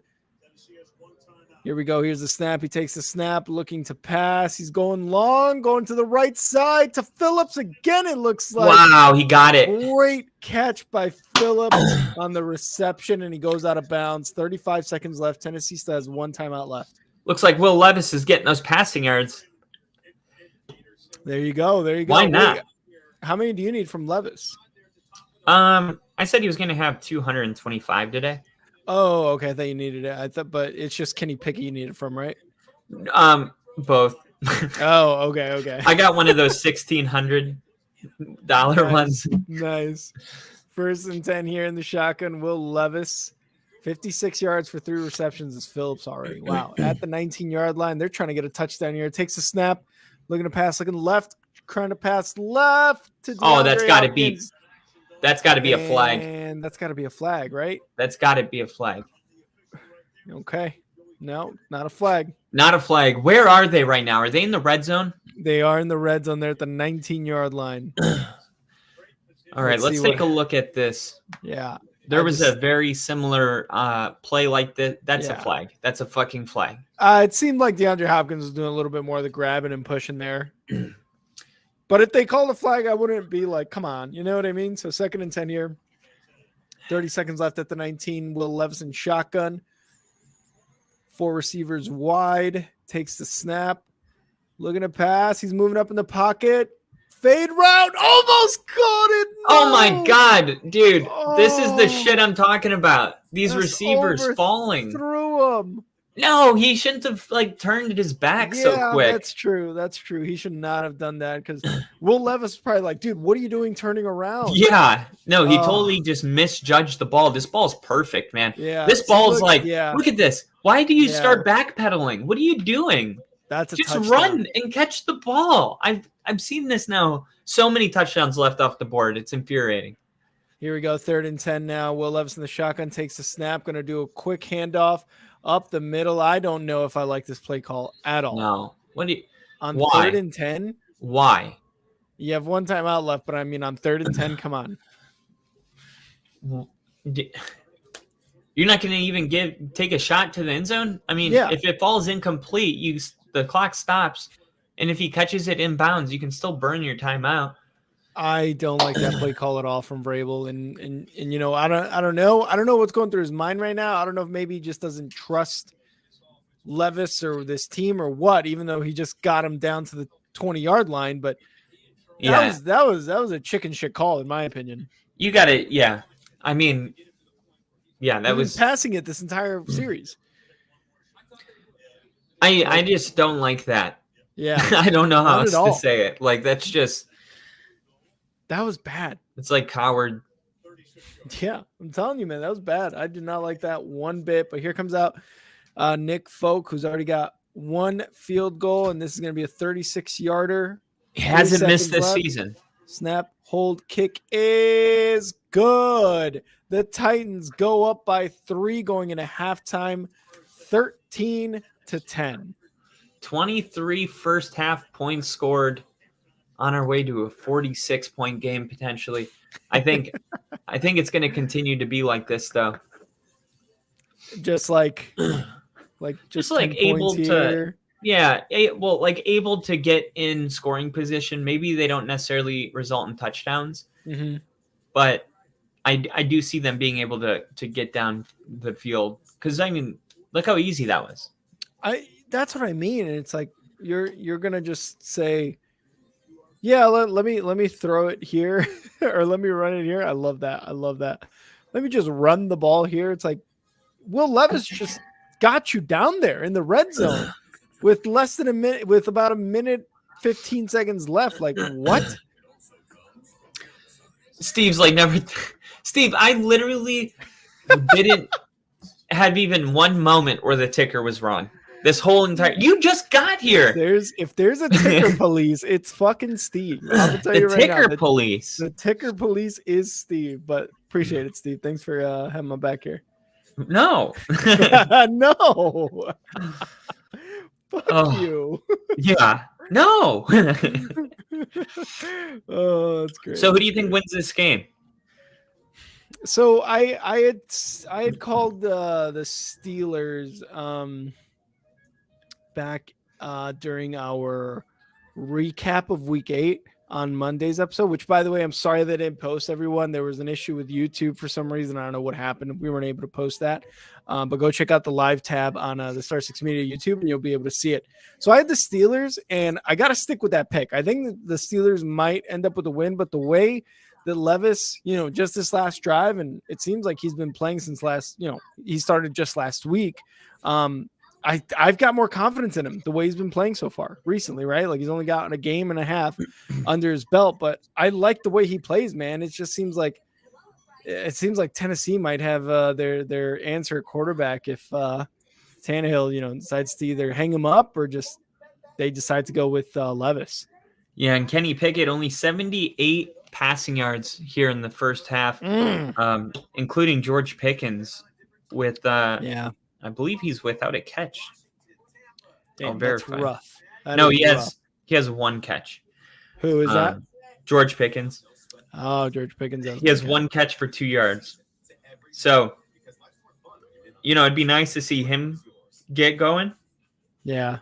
He's really good. Too good to just have one catch. That's totally. Kind of been the theme of this year. It seems like a lot of talented players just not getting the opportunities. For sure, dude. What are you doing? Sure. I got this little bear head at I don't know where we were at. I think we were just at some store. Natalie picked it out, and she's like, "You should just buy this and take it on like the show." And I'm like, "Yeah, you know what? Yeah, I will." And it's just like this weird little fucking bear head. I love it. I absolutely love it. So, how much more are we rooting for Kenny Pickett to get again? All right. So, in order to win $1,728, my God, I need George Pickens to have 50 receiving yards in the second half. I need Jaylen Warren to have 2 more receptions, like screens. Okay. Which is weird. Didn't they throw him one when I was like, they're going to call a screen here? Didn't they throw that? No, that was the Titans. Spears. Yeah. Okay. So, 2 more receptions, 50 yards for George Pickens. I need Deontay Johnson to have 10 more yards or 13 and a half more yards. So 14. Okay. Jaylen Warren to have 11 more receiving yards. These are all very manageable so far. And then I do have Derrick Henry. So I have 2 different ones that are worth 1,000. One of them, I have Derrick Henry going underneath 72 yards. Really? But one of them I have him going over. So the one that I have him going over is actually 1,669. And that was Derrick Henry, anytime touchdown, check. Najee Harris, anytime touchdown, check. Kenny Pickett over 213 yards. So we need about 125 yards in the second half. Okay. But I did take him to have 2 passing touchdowns. So he's going to need to have 2 passing touchdowns in the second half. Oh, yeah. Yeah, for sure. Because none of these quarterbacks have passing touchdowns so far. Right. Derrick Henry to have 35 more rushing yards. George Pickens to have 4 more receptions. Najee Harris to have 18 more rushing yards. And Will Levis to have 47 more passing yards. That is very doable. Yeah. The hardest part is probably Kenny Pickett getting 2 second-half touchdowns. But the way this defense has looked, it doesn't honestly look like it's that hard. There's 2 touchdowns left off the board right now. So to think that, it's not going to happen. Like right here. This is the play. I'm seeing these missed passes by Pickett too. Like he should have over 120 yards right now passing. Oh my God. Look at this one. So bad. And it's right there too. He had 83 in the middle of the field on that last play. He's just, man. That's what I'm saying, though. If they can make these little corrections, this game can really open up for the Steelers. And I do believe that, because honestly, it's hard to be that bad in one half. Like eventually I don't know. Have you your seen the guys are Bears going to play touch football? it. But this isn't the Bears, this is Mike Tomlin's Steelers. That's true. That's true. And Not right now something you they're expect. losing. Not something you expect from him either. So think about, the difference between, what kind of energy when you're at home and you're losing at half. The best thing that could have happened for me needing these 2 touchdown passes was Will Levis showing that he can drive down the field and taking the lead to close out that first half. Yep. Because that keeps the pressure on. And again, the play calling on that was just dog shit, man. Like, you're not going to go for it on 3rd and 10 to get a first down with a pass. You still had a timeout left. Even if you don't get it, you're in the same position you were as when they ran it. Like, what are you doing? The one thing I will say is Will Levis seems to be very, very in sync with bye, bye, bye, bye, bye. I don't want to be a fool for you. With DeAndre Hopkins. Him and DeAndre Hopkins are like partners. They're there. Yeah. And that might be his guy. That was one of the articles I was reading. Is like DeAndre Hopkins is very happy that Will Levis is the quarterback right now because of what happened. Last week when he threw him 3 touchdowns or something like that? It just insanity. He's already building that chemistry, and all it did was take him a week. Sure, he practices, I'm sure. I don't know if he runs with the ones, maybe while Tannehill has been hurt. But still, like, it's just probably Will Levis's ability to be able to read the playbook and say, this is where I need to go, and that's where I'm going to go. Do you want to see a magic trick? Yes. I'm going to make this pencil disappear.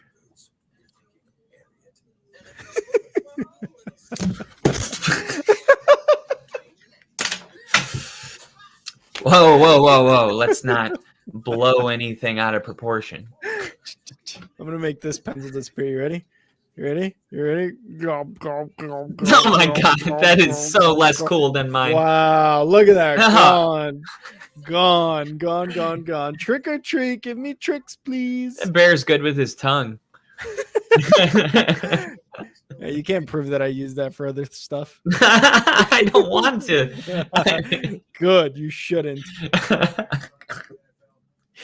Yeah, he's disgusting, guys. He is disgusting. The bear? The bear? Yeah, no, you. He's just always wanting to be involved. Get out of here, dude. Oh, boy, get the fuck away from me. Oh, man.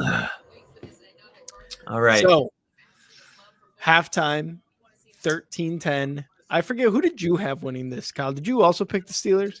Yeah, I got the Steelers at home. Yeah, I mean, this might as well have been some sort of don't touch it, because these two teams not only, like, as much as everybody thought it was gonna be like 3-3 at half. Hey, Grossi Posse sending raid. Fuck yeah. Grossi love it with the raid. Thank you, Tom Grossi. Huge fan of you. This is a pretty awesome experience right now for me because I get to say thanks to you for raiding us. And even though I'm a Bears fan, you get to do it to a Bears fan. So appreciate everybody who's in the comments right now. Yep, and Brandon Perna also getting the Broncos win over the Chiefs on his birthday. That's if right. you guys haven't checked it out, or the guys that we had in here, GPS. love you, Tom Grossi. Thanks for the raid. All you guys coming in here, guys. Can't tell you what this does for my mental health. Yeah, I can't tell you what this does for my mental health as well. We appreciate you guys coming in the comments, and to all those who subscribe, that's great. We appreciate the subs so much. We're almost to 500. We're almost to 500. Everybody in here could subscribe and get us there, dude. That would be insane. We'd be at 500. That would be awesome. And it was actually Tom Grossi that when we first started this channel rated us and actually got us off the ground. So, yeah, shout out to Grossi once again. because there's so many YouTubers probably that just get so like, hey, I got my own world. I'm very busy. I got a lot going on. But to take time and be like, hey, let me help out the smaller guys. That just says a lot about the character of Grassi. And we hope to, one day be as big as Grassi and do the same thing for, other people if we get the opportunity to, because you got to pay it forward. Because I'm sure Grassi, that's why he does this stuff, man. He's saying that, not only is he where he's at right now in the YouTube game and the football game, but he has to thank the people who were able to bring him to that position that he's in. And we're going to be in a position one day, Kyle, where we're going to be able to do this. And Hell it's yeah. going to be the only football fans.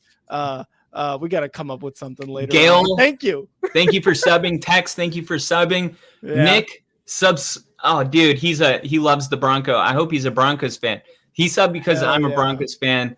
It's like we've become kind of a support group, but lately things are turning around. We beat the Chiefs bye week, then we play the Bills. Yes. If we can beat the Bills, you know what the problem is? The Bills play on Sunday night against the Bengals, and let's say the Bengals get the win, which I think they do.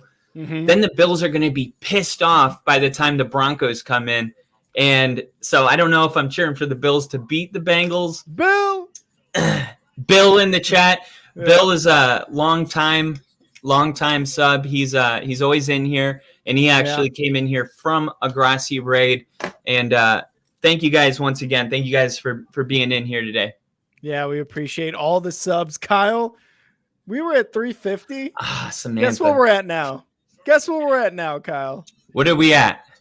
We're at 401, baby. Let's go. 401. Baby. Let's go. Cheers. We're doing chugs for subs. Chugs for subs. So that is awesome, dude. That is awesome. Holy crap, man. Cannot describe how ecstatic and excited we are. Appreciate all of you that subbed.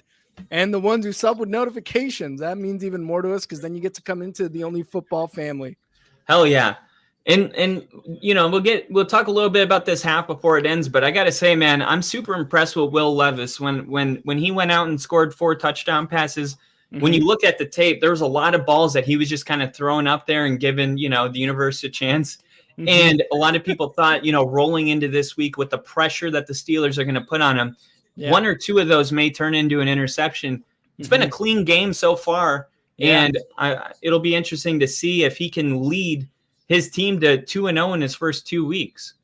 It would be insane because you kind of look at that, and Bill, thank you again for what you did. I appreciate you, Bill. Appreciate everyone again. One more time to Grassi and the Grassi posse. That would be crazy because if imagine he goes 2-0 the way he played last week and the way he will hopefully play the rest of this game. And you're looking at me like I'm not saying this is going to happen, but there's a possibility. You're looking at another Purdy type of thing. You know what I mean? Like, like, this rookie just got in here. He was like the 5th, 6th, whatever quarterback taken. Not really the one that was first off the draft board. Second round. Great. Yeah. Second round, like still. And look what he's doing, right? As the Titans get here on a first down at their own 25 and they run the ball for about 2 yards there. So Danny, man, awesome. I was just going to say, Danny, don't worry about the Niners. We do a segment every week called Top 5. And I did not move the 49ers out of my top 5. I know Grassi had him at 10 on his latest. But I just believe that the Niners are going to turn around. So I would keep your head up. I think the Niners are going to snap out of it after the bye week. For sure. 2nd and 8 here for the Titans. We've got Will Levis in the shotgun, 5 receivers wide, empty backfield, takes the snap, looking to throw, quick throw to the right side. Ooh! Oh, damn. We've seen a couple drops in this game. Yeah. We're seeing them still. It hasn't come from Hopkins. But once again, we talked about the connection between Hopkins and Levis, and it's been really, really good. It's like they've been playing together for a long time, and it's smart, man. You're a rookie quarterback, and you have a Hall of Fame wide receiver. That's where I would be looking every time, and clearly that's what every time. That's where his mindset's at, especially with this guy coming at you.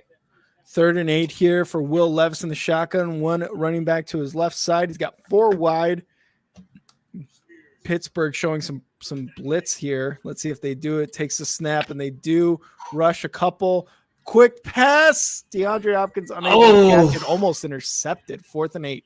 Almost picked off there. He was trying to get it to Hopkins. Just didn't get enough loft on that ball.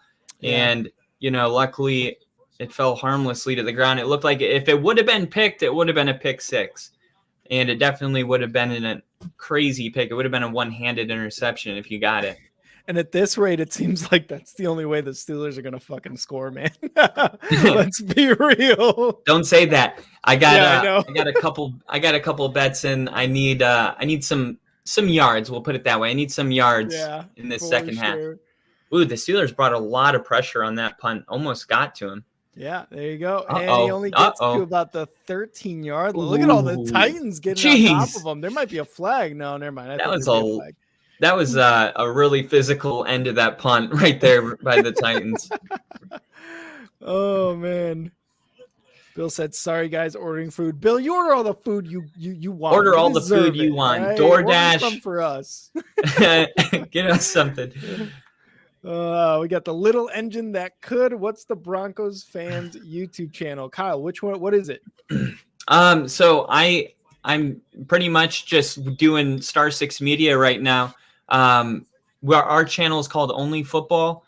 But me and Rick pretty much do everything together. We do multiple episodes. I elaborate more under Kyle Kitzman, which is my first and last name, when it's like Broncos centric, a little more in detail than maybe the general public cares to hear about. Kyle is in the dumpsters in Denver, just getting the scoop. Yeah, that's what he's doing. I did go to the week 1 game against the Raiders. I went to week 2, Jags Chiefs. I drove around the country and went to a bunch of football games. I was at the Broncos Dolphins game week 3 when we don't need to talk about that game ever again. But yeah, I was trying to just get as much content as I could for this channel and support the Broncos. So happy you guys are here. Let's go. There we go. Run. There we go. Big run by Najee Harris.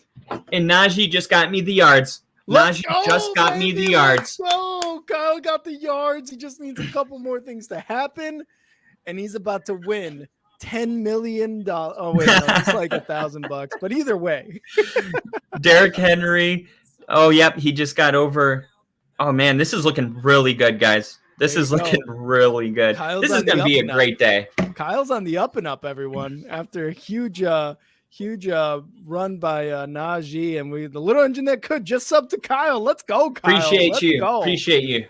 First and 10 here for the Steelers. Kenny Pickett, quick pass to the right side, and it's going to be to Warren. Yep. Warren stays in bounds, gets a first down. It looks he did. They're blowing the whistle. I didn't think he went out. The ref obviously can see it better, but we talked about Warren being the best option for the quick pass. Mm-hmm. He's quicker than Najee Harris, and it keeps Harris fresh. Coming off a 30-yard run? About 30 yards. So you bring in Warren, get him the ball in some space, and let him do that. It's almost like the Titans. How do you not know? You know what I mean? What's coming at you? Yeah. Appreciate that little engine. I appreciate that. And from all the Grossi posse who braided us, we appreciate all of that. Oh, yeah. 2nd and 3. They're going to hand it off, and that looked like it was Warren. Yeah, that was Warren. He just got back to the line. Maybe they'll give him a half yard. So now we only need 4 yards from Warren receiving-wise. That's looking really, really good. Kyle, we only need 97 more subs to get to 500, and it would help out a lot if you guys shared this video, told all your friends about it, had Grossi maybe rate us one more time. That would be sick too. We're being greedy. I'm like, don't say that. No. Thank you again. Kyle Pickett gets a first down there on a pass. And that was a good job by Najee. It looked like when he caught the ball, he got hit right away, and he was trying everything he could to make sure that ball didn't come out of his hand. Yeah. And then another guy came in, and that's strong hands right there. It's important, man, as a receiver, when you're catching balls like that, taking that kind of contact, you got to have strong hands. Yeah, for sure. Little engine that could. Thank you so much, man. Cheers to you. Appreciate the Yeah, shares. seriously. I think I And got to go get a celebration beer because yeah, I'm out. because Lil Engine, he even complimented your Elway jersey in the back. Now you have to chug for him. Oh yeah, absolutely, Oh, absolutely. Najee just dropped No, the Najee, pass. I was What just a talking about how dumbass. great you are. God. Oh, Lil Engine said he'll share it, and he loves your Elway jerseys in the back. So yeah, like I said, you got to give him a chug, Kyle. Definitely, definitely. Even with the Joker makeup on, I'm gonna drink this lipstick. You gotta do it from a big straw, like one of those thick straws. So No, you don't like the Miller Lite girl on Wolf of Wall Street. Yeah. No, it's all right. I like Oh. chicks. No, man, I like girls. Second I don't and 10 know. here. Second and 10 here for the Steelers. Picking in the shotgun, takes the snap. Quick handoff to Jalen Warren. Moved over the middle. Stutter step back to the middle. 2 yards. Yep. 2 yards. Couple right there. And I mean, look, this is what I was kind of talking about with how it seems like even though this would be a lower scoring game, the Steelers are able to get down the field. And if you really account for how many times both these teams have shot themselves in the foot, we could actually be in like a 20-27 game already. And that's not an exaggeration. Yeah. So we'll see the Steelers going on a really impressive opening drive here to start the second half. 3rd and 8 here. Pickett looking to pass over the left side. Incomplete, almost intercepted. Oh, and there's a flag. There is a flag. And what? Oh, okay. No, Hines Ward wore 86. I almost had a flashback. I was like, why is someone wearing Hines Ward's jersey number? But Hines Ward was 86, not 83, right? Hines Ward was 86. Yeah, he was. Danny J said, I'm also a super salty Sharks fan. Hey, I'm a Blackhawks fan, man. So I know we got Bedard, but we're looking a little rough. And Lil Engine said, done. Just Little Engine. I love you. Yeah. Love you. There was sent Tom a $5 super chat to say thanks for helping you guys to get over 400. Bill, it means the world. It means the world. It really does. It really does, Bill. And you've been here since like basically the beginning, right? Bill's been the OG. So OG. You know what I mean? In comparison to where we're going, everybody in here is OG. But there's like always going to be the OG to the OG to the OG. Oh yeah, to the OG. And so, Bill right now, Bill Jinja, they're up there. Bill and Jinja, yeah. E-Dub was in here. A lot of guys. Man, there was really good basketball. And then we'll move off of it, but I just wanted to say there were some good games yesterday. Sorry about the Bulls, though. They didn't close. No, the Bulls suck. I'm not even in Bulls mode anymore, dude. Here with a completed pass for a first down. Yeah, man. I am like Chicago sports right now is dog shit. It's dog shit. Yeah. Thank you, Lil Engine. Appreciate that. Bill said it's been at least a year. Oh yeah, minimum, Bill. Minimum. And you know, it's been interesting because right there, it looked like on that 3rd down, they were going to get off the field. A penalty keeps this drive alive. Yeah. And now another first down, and we're 10 yards away from where, Rick? The red zone. The red zone. And since we got all these new people in here, let me tell you, inside the 10-yard line is the hot zone. Inside the 5-yard line is the point of no return. Just some terminology. And that's how we do it here on Only Football. The Steelers are going to call their first time out, which means Grassy Posse will know this. I'm going to deep for the P, and I'm going to grab myself a beer to celebrate with all you fine fans for coming in here. Thank you. Let's go. And I'm going to take a chug for everybody that's in here right now. Quincy said, I'm sub 403, baby. Let's go. Thank you, Quincy. Appreciate it. We're at 404 now. So again, thank you to everybody who subbed. I'm glad the costumes worked. I think Grossi may have mentioned, and you guys right now in the chat can probably back me up. He was probably like, look at these fools in the costumes. They got one person watching. Let's give them a quick Grossi Posse raid. So I appreciate you guys. Lil Engine said, I went to school with Rozier at Hargrave Military Academy. No shit. Oh, that's awesome. That is awesome, Lil Engine. That's cool. I liked, is Scary Terry, right? I'm assuming Rozier. Same time for my refill, says Bill. Bill, get all the refills. You deserve all the refills, Bill. Angel 20 says sub 04, 404. Cheers. Chugs for subs. That's what we're doing. I got a little Topo Chico action, strawberry guava. So I'm chugging a seltzer, so it burns. It burns me. This is for you guys, and I'm sure Kyle's gonna come back with a beer too. Gail said you guys have great energy, and I'm still watching. Fuck yeah, Gail! Thank you so much. We appreciate it. We try to bring the best energy we can, and Bill in the chat here loves it as well. He's complimented us on our presentation and our stream, and that's why he's still here. So hopefully we can keep all of you guys here, and you guys can continue to watch us grow and continue to watch our energy just keep pouring out. And hopefully you guys like all of our backgrounds, which we put a lot of time and effort into. Quincy said we have a Bears fan and a Donko fan. Sorry to hear that. Quincy, I thought we were friends, Quince. I thought we were friends. No, but it's been a rough couple years. We've been doing this. We started last season's off season. And I told Kyle many times on this podcast, like, it's crazy that the Bears fan and the Broncos fan started this, podcast, only football, and we're the two worst teams in the in the league right now. As we get back to the game, 1st and 10 for Pickett, who throws it to his left side to Najee Harris for a reception. Najee breaks a tackle for about 3-4 yards. Let's go. Kyle, that's a hard fought yard right there.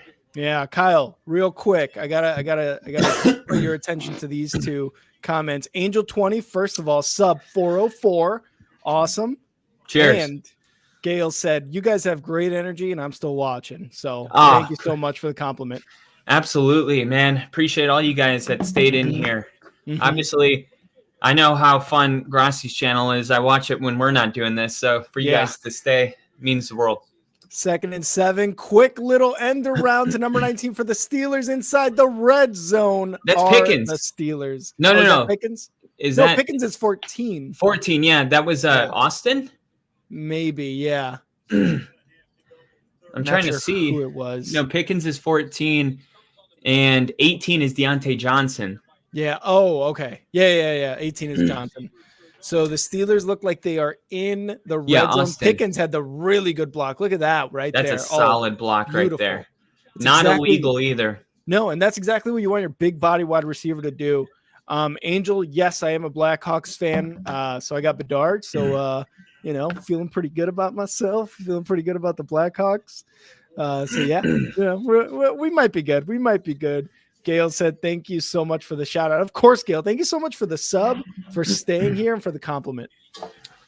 Are we still, where are we at right now? I just went to we're on the 20. Yep. We're in the red zone.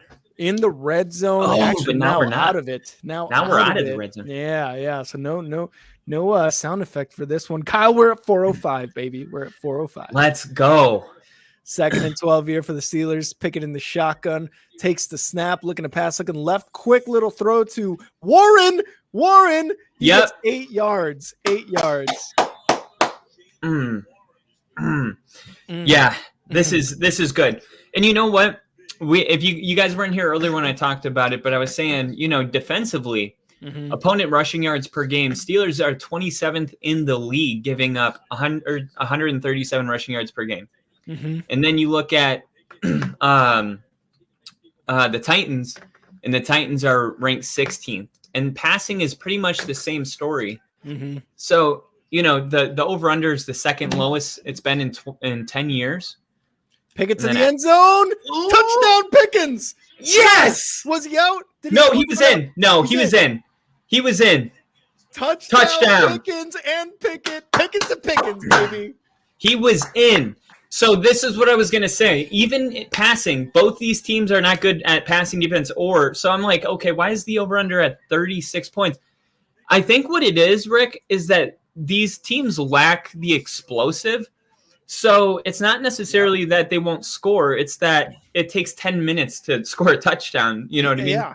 The third quarter is almost over, and the Titans have ran 4 plays in the second half.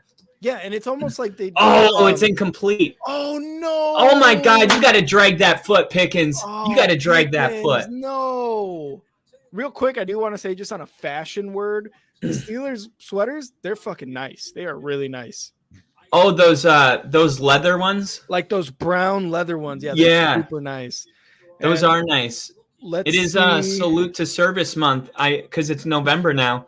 Me and Rick, both Navy vets, we just retired. Yep. For you guys that are new to the channel, so veteran run podcast for all you guys. A little bit about us. We were both naval air crewmen in the Navy. We were on the same aircraft. We've done flights together all over the world. That's so crazy to think about, dude. How together we've been for the last like 6-7 years, dude. It's crazy. And I wanted to get to this comment, all you guys watching, but I do want to read it out loud just because Bill here has been with us, like he said, for at least a year, if not more. And it's definitely felt like it's been, longer because of how many great conversations we had. The Steelers just hit a field goal. We are now tied 13-3, but Bill said, y'all will like it here. It's tough to get a word in edgewise in the big streamers, but here on Only Football, just like Olive Garden, your family. Just like Olive Garden. I've never gone to Olive Garden and felt like I just was with my family. No, like I felt disgusted. It's funny is my mom's sister's husband, which is my uncle, but not blood. Yeah. His brother is a lawyer. And when he was in law school, he was a server at Olive Garden. And that's where he met his now wife. They have 2 kids together, and she's a dentist. So he owns his own firm and she's a dentist. They're doing awesome. They got a house on the beach in Jacksonville. Nice. And actually I was just there. Guys, I was just on the field for the Jags game. They brought me onto the field to be the veteran of the game. He came on the show live from the field. I did. I came on live from the field. Jonathan Taylor pretty much tried to run me over. He thought I was playing for the Jags, I think. But yeah, you guys can check out my Twitter if you want to see some of that content. It's up there on top. I just put it down here below. I'll leave it there for about 10 seconds. But it was awesome, man, to be on the field. These players look so much bigger from down there. So much bigger. Like Jonathan Taylor looks like what I thought a linebacker would look like. And I was like, that's the running back. Oh my God. Dude, how crazy though would it have been if Jonathan Taylor did tackle you, and then it's like the news article is Jonathan Taylor assaults veteran? Dude, that would I wouldn't allow it. I wouldn't allow it. I would shut it down. You're like, no. It was an honor to get just destroyed. Yeah. By this guy. I'd be like, what are you talking about? I ran him over. And if he comes at me again, let him know that I'm going to hit him harder. Like Joshua, thank you so much. We salute you too. Appreciate the compliment there. For sure. So anything changed for you? They got to settle for the field. Did we update the ticker? We did. I just wanted to get to a couple of these comments real quick. It is 13-13. So yeah, we'll give you the update. Thank you for that, Kyle. Thanks for the reminder. But I like this comment here by Lil Engine. Y'all should have a punishment wheel for when the opposing team scores a touchdown. We're definitely gonna get there. There's like ideas brewing with us right now because we're finally able to do this pretty regularly. Because like Kyle said, we're both Navy veterans. So the last like year or so, we've been like at home and then on deployments and then back at home. So now we're getting to that, everyday type of thing, or at least every week type of thing. So we will definitely be doing. We'll be keeping that one in here. No, by next week I'll have it ready. That is my promise. Because you come in here, you know what I mean. Yeah. We're gonna do it. We're gonna do it. We're gonna do some fun stuff. And here's the kickoff. Titans receive it, but they fair catch it, so they're gonna be at their own 25-yard line to start this next series. I have so much beef. I haven't said that in a while. I have so much issues with this new rule of calling a fair catch from anywhere. It's like that used to be the kind of the challenge is like, hey, can we kick it high enough where it's not out, it's inside of the 5-yard line, so they have to take it out. It's like you've ruined that whole part of the game. It's kind of a bummer. I just every time they call it, it's like, come on, you can't do that. Exactly. Here we go. First play out of their offensive series is going to be a run to Henry for about 4 yards on that rush. And Lil Engine just followed Kyle on Twitter. You could follow me at @andnowrick. Lil Engine, appreciate the follows, the subs, you staying on the stream. Appreciate everything, man. But you can follow me at @andnowrick, and me and Kyle usually go back and forth sometimes on Twitter. So you guys get the benefit of watching that. Yeah.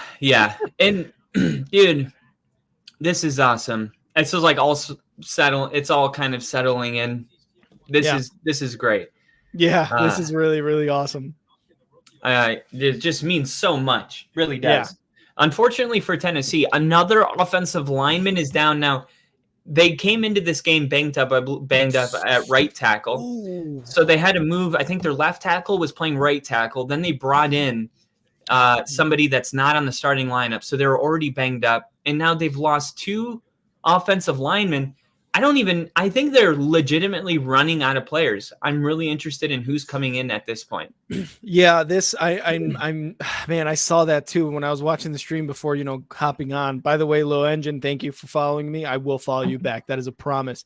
Hopefully they got enough depth, man, because it seems like, they got the rookie Skoronski in there too. And the more injuries they get, it's going to be a rough one for Will Levis as he gets a pass off to the left side. Caught. Incomplete. Oh, caught. Hopkins. He's got the best hands in the league, in my opinion, by far. Like maybe ever. Yeah. He's just got, Jerry Rice, but I'm just talking about strictly just his hands, man. He's got those sticky fingers. And let's take another look at this one. Oh, right there, man. Bad time for me to bring it up. But, normally he'll catch that. I love Will taking those shots to him. I love it. Yeah, and like you said, rookie quarterback, you go to that number one guy because more often than not, it's a 50-50 ball regardless, right? So 3rd and 6 in the shotgun. We got Will Levis taking the snap. Let's see if he can get this ball out for a first down. He rolls out to the left side, moving back off his back foot, passes it out of bounds. Yeah, that's smart. You understanding, there's going to be holding defense. This is going to be a 5-yard penalty and an automatic first down. 4:57 left in the 3rd quarter, too. And for everyone who's new to the channel, just want to mention that after all the Monday night, Thursday night, and Sunday night games, we do stream outside of this regular stream a instant reactions, and then Mondays and Thursdays, we go into our regular episode right after those instant reactions. So stick by, hit that subscribe button and hit those notification buttons, and you're going to get our notifications too. Yeah. And I was even thinking, I was like, man, with all the new people coming in, I was like, should we just roll right into it, or but maybe. We'll feel it out. We will definitely feel it out. So 1st and 10 after that penalty gets the Titans to their own 35-yard line. Will Levis going to hand it off here to Henry. Up the middle, first down. Oh, man, he had one to break. Oh, man. Derrick Henry. Oh, God. And, that's kind of the thing, like when you really don't, like your fantasy football players, like I have Derrick Henry starting tonight. Mm-hmm. You got to keep in mind how banged up this O-line is. You know what I mean? And the fact that they have Derrick Henry splitting with Tyjae Spears right now. Mm-hmm. Derrick Henry is definitely making the most of his opportunities. Yeah. 63 yards on 13 carries and a touchdown so far today. Tyjae Spears enters the game. Here we go. 1st and 10 now. Tyjae Spears moves over to Levis's right side. 3 wide, takes the snap. Quick handoff to Spears up the middle. He gets about 6 yards. Lil Engine said, I love that y'all do the instant reaction. Yeah, and it was Kyle's idea because he's like, well, why not? Let's try to get some more people in and also be able to give our commentary on the game we just saw. So big ups to Kyle for that, and I hope you guys enjoy it. Yeah, because there's so many fans that, for instance, when the Broncos beat the Chiefs, I watched the DNVR podcast, which I'll shout out Zach Stevens and all those guys, and Bronco fans probably know about it. But you just want someone to be with you to kind of go through the emotions with you. Yep. You know what I mean? So hopefully we're that safe place for, Titans and Steeler fans today. 2nd and 4. Gets the pass off to Henry. Henry Henry's moving Henry caught it. side. Into the 30, Oh, to the 24. Let's Oh go! Wow.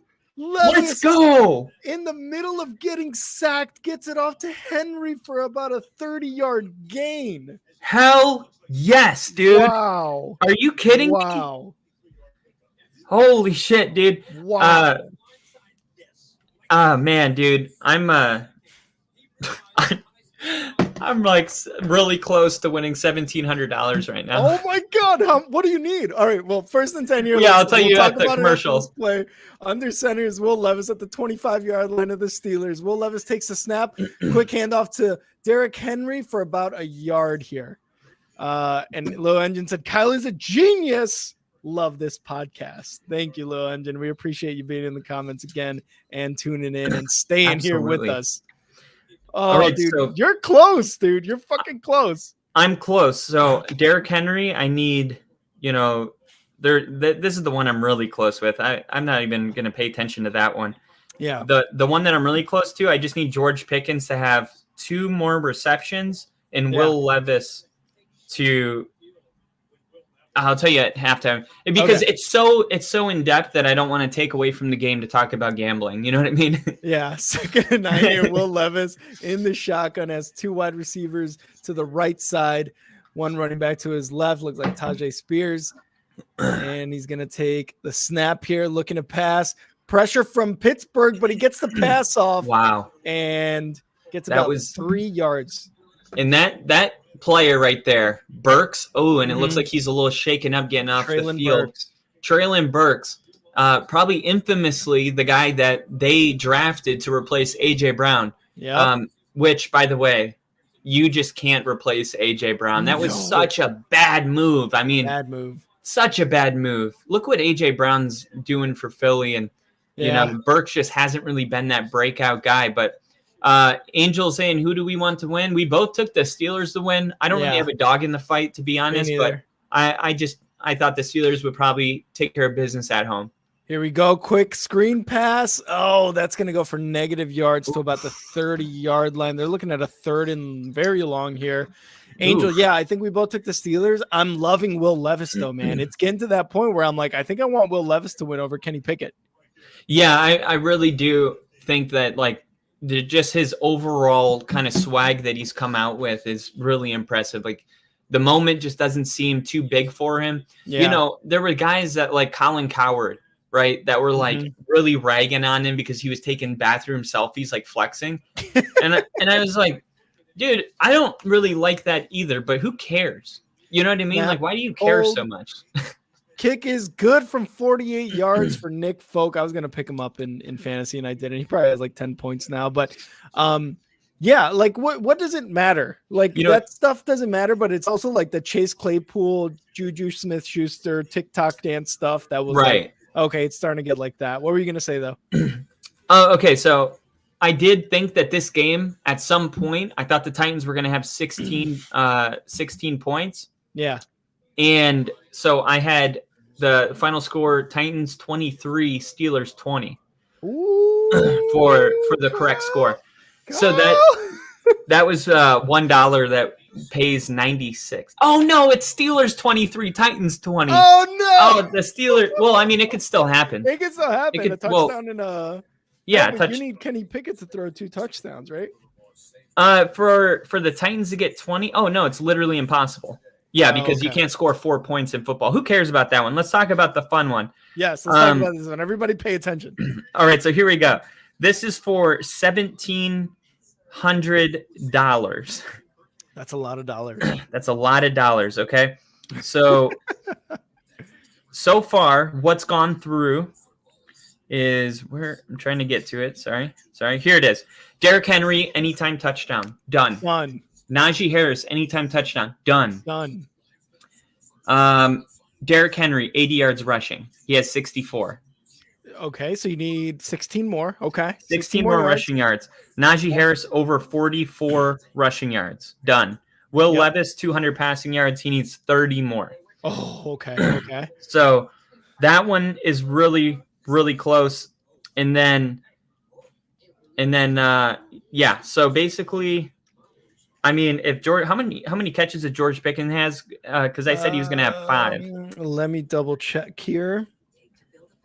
You said George Pickens? Yeah, Pickens.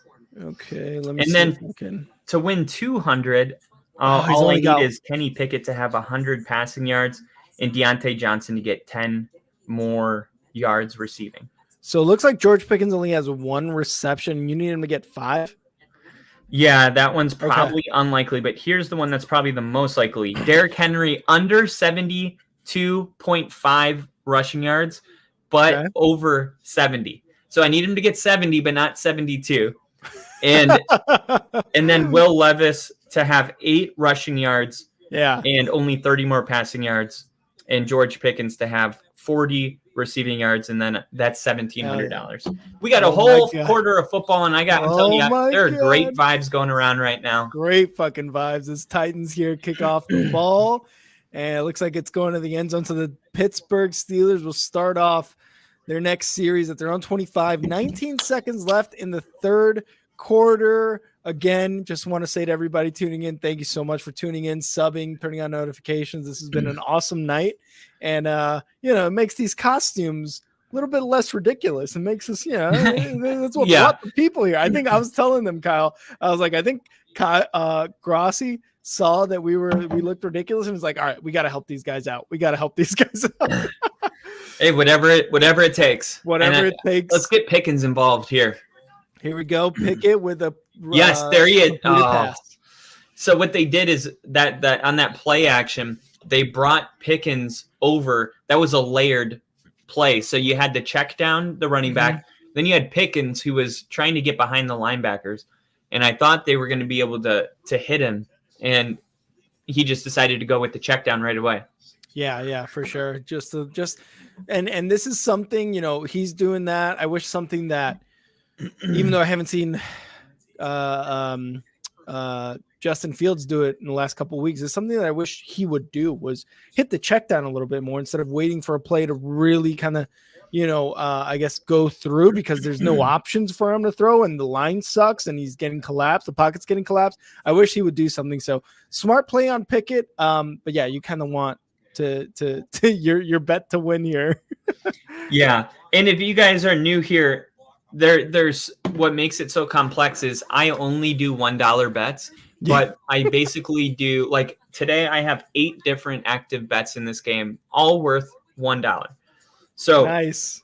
I have some where Will Levis is under, 204 passing yards. I have some where he's over. I have some where DeAndre Hopkins gets a touchdown. I have some where he doesn't. And that's the kind of way I do it, because if even one of them hits, it pays for itself. And I started doing this with only $1, and my account's almost to 1,000 in 3 weeks of only doing $1 bets. Cause it's, you get tempted when you're like, oh, if I type in 10, I win 13,000. Yeah, it's exactly. Like, don't do it. Don't do it. Because they show you, right? Like they show you. It shows you. And winnings if you win, right? Yeah, it shows that's what you. Gets you, dude. That's what fucking gets you. And real quick, again to Bill, I did suggest it. I told him to look for the guys in costumes. Bill, fuck yeah, love it. You fucking, you're my guy, Bill. You're my guy. Ask Bill on Twitter. He follows us on Twitter and he's always hitting us up. We're always chanting back to him. I love all the stuff Bill sends us on Twitter, because most of the time it's funny. Like the Trevor Lawrence thing with the terrible towel. Great story, and I'm glad he sent it to us, or else I would have never seen it. Yeah, that was a little ridiculous. That was just a great example of like reacting to a title of a video, and then when you watch it, you're like, he was really polite. Trevor Lawrence was not disrespectful to the Steelers at all, but not at all. The Steelers coming off a home loss, right, to the Jaguars. Yeah. No Kenny Pickett. He did leave in the second quarter with a rib injury, and he was questionable on Monday. On Tuesday, when Kenny Pickett spoke to the media, he said, I'm playing, right? So in one day, he went from questionable to, oh, yeah, he's playing. Oh, yeah. And then I was worried, though. I was like, man, if he takes a rib shot, because there was nothing broken, but, if he takes, a shot, there was a chance that maybe he would have to leave the game. That was my biggest, risk. I was thinking like, hey, this guy might not even finish the game, Yeah. So knock on wood, though, I'm happy to see it's the fourth quarter and he's still in. 2nd and 5. They're going to run it with Najee, and he gets about 3 yards. So it's going to be about a 3rd and short here for the Steelers. They can get it. They can do it. Yeah. 3rd and super manageable coming up right here. 3rd and 3. We got Pickett in the shotgun. Takes the snap, looking to pass. Going left with the pass. Almost intercepted, but Pickens. Oh, no, Johnson. Sorry, Kyle. Oh! Sorry. Johnson. Yeah. Johnson. Sorry, dude. Sorry. It's all right. Yeah. It's all right. I still need engine. Kenny Pickett to throw for like 80 more yards. So I think he could do it. I think he could do it this drive. You know, they're down, so he needs it. Little engine. I'm also a huge Pat McAfee show guy. Dude, that was a really close thread there. It was close. So, yeah, he threaded the needle on that one. All right, Kenny Pickett here in the shotgun. 1st and 10, 14 minutes left in the game. Takes the snap. Going to hand it off here to Jalen Warren up to the middle right. And he just barreled through some guy. Oh, my God. Jeez. Get off of me. What did I tell? Me and Kyle had this inside joke where I'm just like, don't touch me. Oh, it goes back to our early Navy training days. Yep. We're going to make it. We passed a really important test to move on to the next level. And I was like, we're going to make it. And he went, don't touch me. 2nd and 4, Kenny Pickett with the snap, takes the snap and reception. It looks like that was Pickens, but they're going to lose yards on that one. You just need receptions, right? For Pickens? Oh, yeah. Pickens, yeah. I just need 5 receptions. Okay. Good. Angel 20 internet has been shit. Well, we're on the internet, Angel, and hopefully we're going to make it better for you this Thursday night, okay? So we're here to make you feel better. And then Lil Engine said Chester's too hot tonight. Hot Cheetos, baby. Hot Cheetos. Deontay Johnson time? 3rd and 7? Johnson time. 3rd and 7. Pickett in the shotgun. Takes the snap. Looking to pass. Quick one to the left. Oh, no bueno. Oh, look at that. You saw how he just batted that down because he was mad? Damn. And, man, the crowd's not happy about that. It's still only a 3-point game, so, you know, it's not the end of the world, but it looked like he maybe thought that Pickett or that was Deontay Johnson. Looks like maybe he thought he was going to be a little further along down the field when he let that ball go. I don't know if he was trying to throw it away. It looked like he was trying to half throw it away, half give him a chance. Yeah, I thought for sure it was throwaway. And they're going to let the ball roll. Ooh, good Steeler bounce. The 8-yard line, and there is a flag though. Let's see what the flag is. See what the flag is. The ref has a bald head. It's hilarious. He looks like Red from that 70s show. Oh, I love that show, and I love Red. Hello, Wisconsin. You know, that movie depicts like Wisconsin so well. Oh, that 70s show? Yeah. Like for everybody, it's like Wisconsin probably sucks. It's like, it depends how you look at it. You know what I mean? Little Engine said we need a Chester Rick Cheeto emoji now. That shit would be fire though. That would be awesome. That would be. KC! Cheers, KC said ironically I was just eating Cheetos. KC another flaming hot or regular. It matters. Which ones? KC also another OG for Only Football. Always here with us in the streams. We just got rated by Grossi, KC. I don't know if you were here for that, but we got a lot of new subscribers. We got some people who are sticking around too to watch us. So, you know, like I said, and like Bill said, make yourself at home because here, just like at Olive Garden, your family. Your family. One thing I did have on the $1,700 one was Will Levis to have 10 rushing yards. He's a young guy. I guess I thought that he was going to roll out and make some plays with his feet, but he's been pretty determined to get rid of the ball and not tuck it and run, which with his body type, you would think like, oh, he would, like Tim Tebow-esque, body type. Like maybe he would tuck it and run, maybe even some designed runs. Haven't seen any of that today. Only 2 rushing yards from Will Levis, but Well, He's okay. doing a good job getting the ball downfield. So, I mean, nothing really to complain about. I'm just surprised. I wonder if it's like one of those maybe like he's a rookie QB, right? Like he wants to make these plays, not necessarily like, oh, I'm gonna run it because I know I'm an athlete or something like that. He wants to be able to just like prove that he can be in this position as a quarterback. Absolutely. And Lil Engine said, I think I just found my new favorite podcast. Yes. Lil Engine. Love that you're here. I do and too. I'm gonna D for the P real quick, Kyle. All right, you D for the P. When you come back, I got a beer for the hand. All right, here we go. Terrible towels in full effect. Waving. This is the most active we've seen these terrible towels yet tonight. And the fans are getting into it right now. Something probably came up on the screen, said, wave those towels. J.J. Watt in attendance today, cheering on his younger brother, T.J. Watt. The vibes are looking good right now. And the Tennessee Titans backed up in their own territory. Let's see what Tennessee can do. 1st and 10. This crowd needing their defense to get the ball back down 3 with 12:25 left. Under center is Levis. Derrick Henry is the running back. They're going to fake the handoff to Henry. Henry blocking. Good catch by Burks to the sideline. That's going to slow those flags down, and it's going to be a first down. I think he picked up probably 15 yards right there. That was a great job by Will right there. Fakes the handoff. Good job of hanging in the pocket, because you've seen a lot of younger quarterbacks feel imaginary pressure just because a certain amount of time has gone.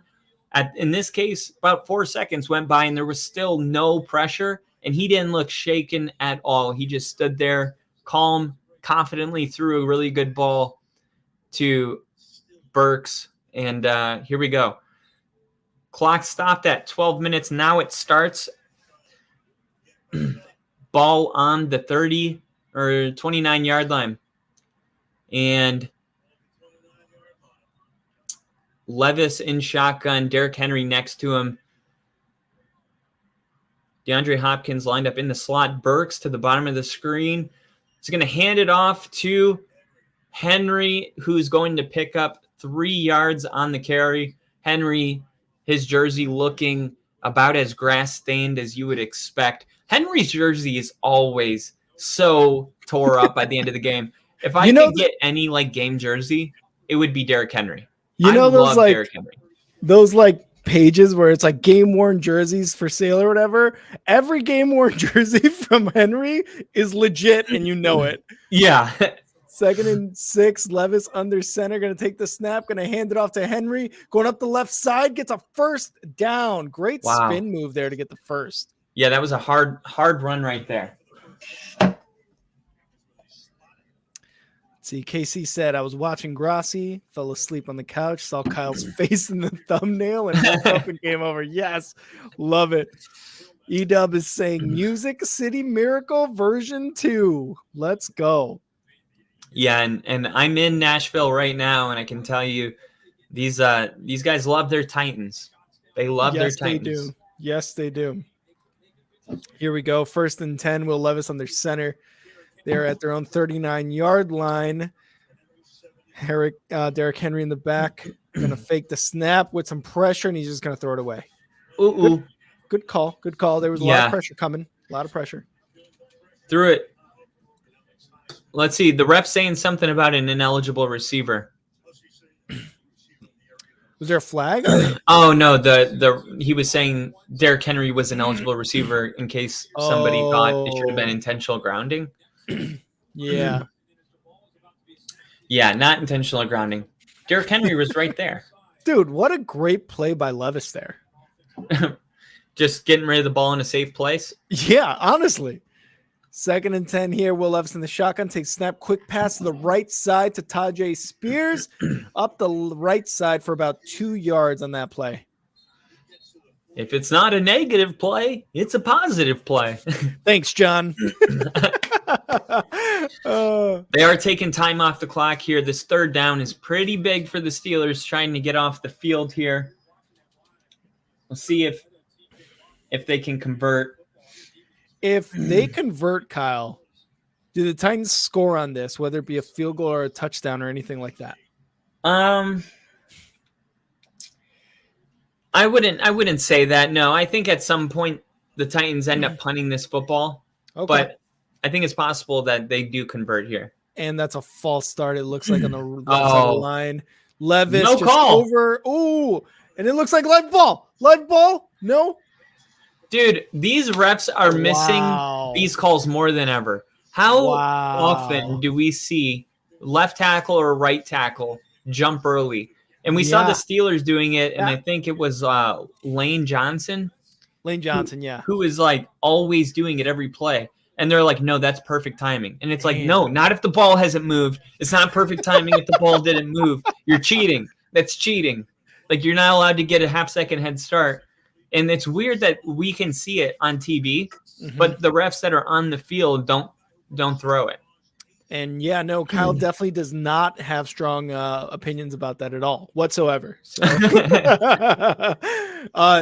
for sure, dude. I feel the same way, and I feel like a lot of people during the playoffs and stuff were saying the same exact thing. So, yeah.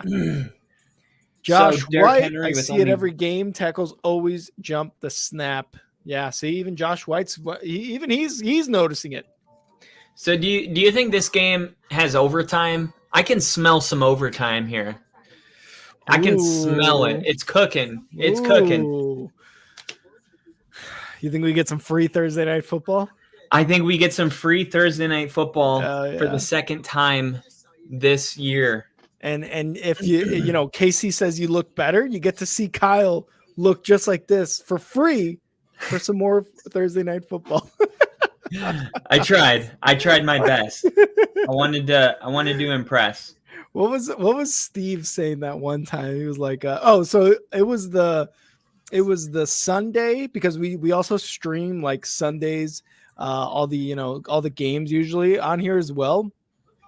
But there was one time where my camera froze, but you could still hear my audio. So instead, what I did was I just took my camera off, and you can hear me talking about the games. And Steve, one of our longtime viewers, and we love Steve because he always comes in with a joke. He was like, "Yeah, this stream looks a lot better without Rick's face on."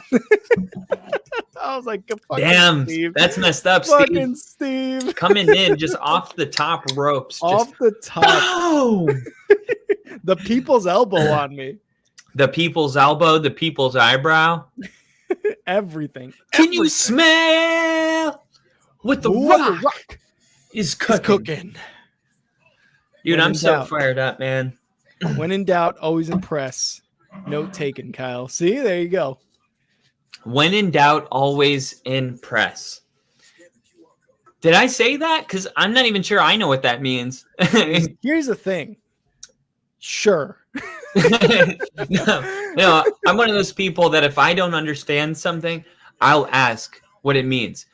I may not know the answer, but I'll tell you what, I do know where to find the answer, and I will find the answer. All right, Pursuit of happiness. You got it. You got it. Good job. I wasn't expecting you to know that one. One thing Kyle and I have in common a lot too is like movie quotes. We know which movie it's from. We know it. We like fucking know it. It's great. And I need Kenny Pickett to throw like 90 passing yards. Mm-hmm. So if that means George Pickens takes one to the house, that's okay with me. I'm okay with that. 1st and 10, gonna hand it off here to looks like Najee Harris up the middle. Looks like he got 6 yards on that carry. So good run by Najee. And yes, let's let Kenny Pickett throw it from here on out. Kyle needs this. I need this. Oh man. You know who's Chegazim Akanoa. Do you know who that is? The Okonkwo or whatever it is. He's the tight end for the Titans. The Titans, right? Yeah. He doesn't have a catch yet today. Yeah, I was gonna pick him up and put him in as my flex because Darren Waller's out, but I was like, yeah, you know what? I haven't heard his name all year, so never mind. Yeah. Kenny Pickett, another handoff to Najee Harris up the right side. It looks like he may have gotten first down here. Yeah. Absolutely. First down. So you never answered me. Free football? What do you think? Overtime? Let us know in the comments if you think that this game's going into overtime. You got to do it now, because if you wait a little bit longer, then it'll be like everybody knew. You're still in the window where it'd be cool to predict it. Yeah, we'll call you liars. No, I'm just kidding. Still, we're going under 8 minutes right now. Steelers down 3. Do they get a field goal on this drive? I think they get a touchdown, Kyle, to be honest. Damn. Okay. At the 19, 1st and 10 for the Steelers. Pickett in the shotgun. 3 wide receivers out wide. Takes the snap. Looking to pass. Quick pass to the right side. That looks like it was to Austin or.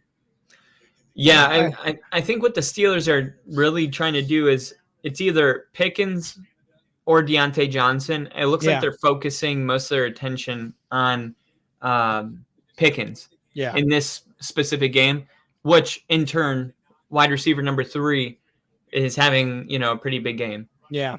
I think Austin has 3, maybe 4 catches now. And if you're Kenny Pickett, man, like you got to realize that and throw it to him if if he's open. You got to get to the hot hand. Yeah.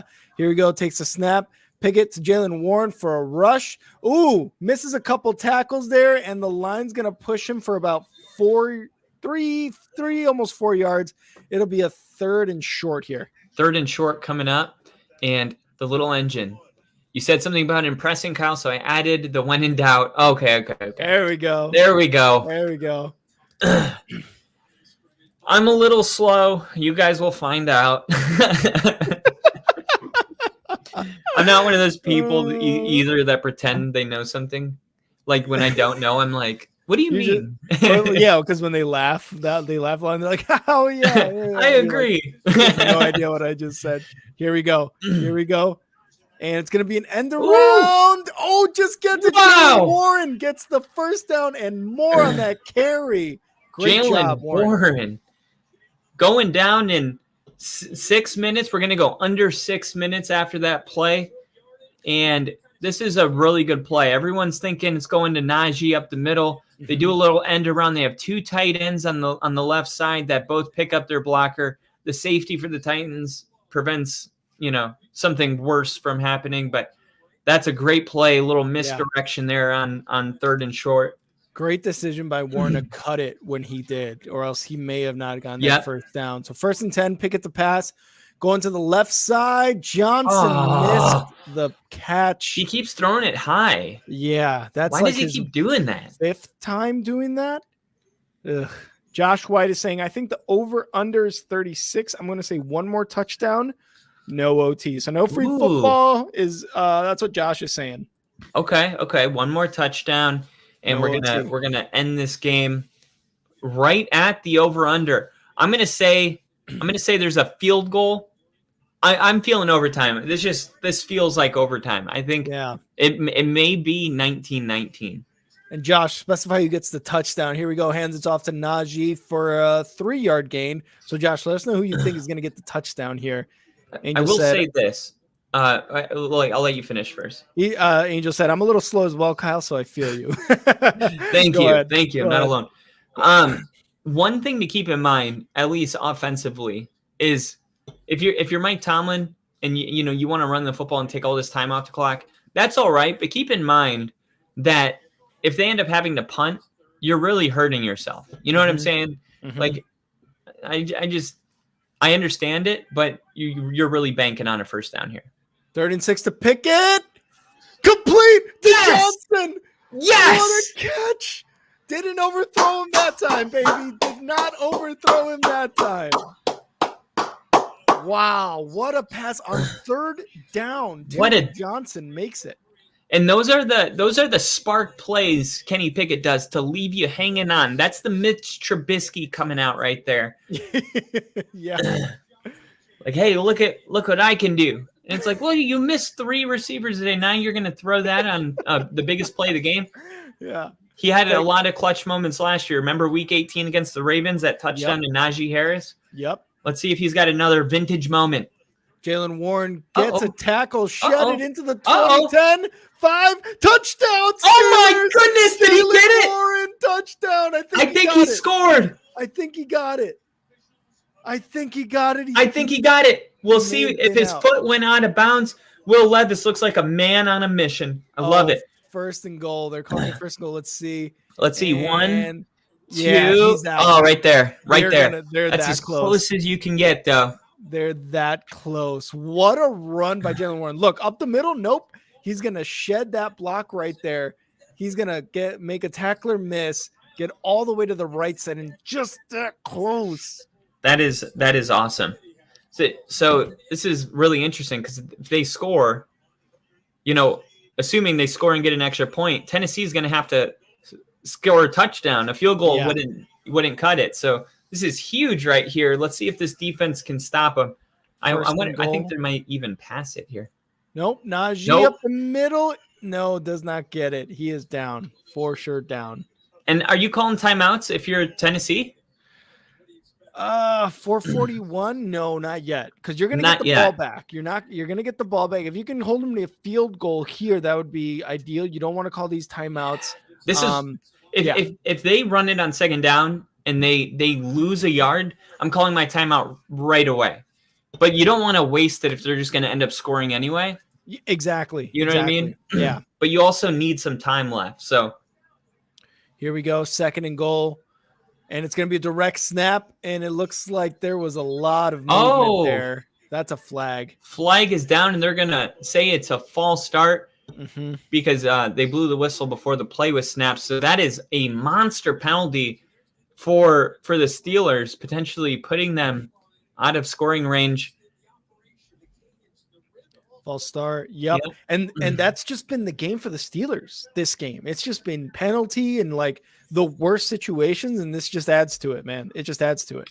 And the winner of this game, should it be the Tennessee Titans, would mean that the Steelers and the Titans will both be 4-4.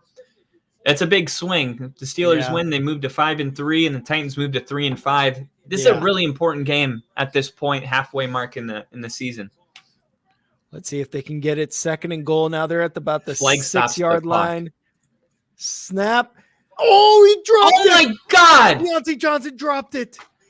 Are you shitting me, dude? There's a flag. There's a flag, and it looks like it might be holding or who cares? What a dumb drop. Dude, there's been it's like Kenny Pickett throws the ball good. They drop it. He throws it high. I mean, let's see what the flag is here. Holding on the defense, and it would have been a touchdown first. Yeah. That's what I meant when I said who cares, because at the end of the day, holding or no holding, this is a ball you have to catch. Yeah, there's absolutely no reason that this should be. Look at that. Look at that. Looks like he was trying to catch it with his body. He was already trying to caress the ball. Hands.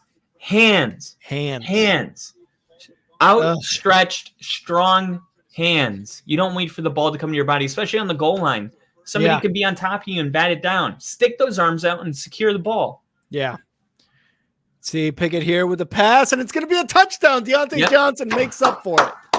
Deontay Johnson makes up for it. So here's what's interesting.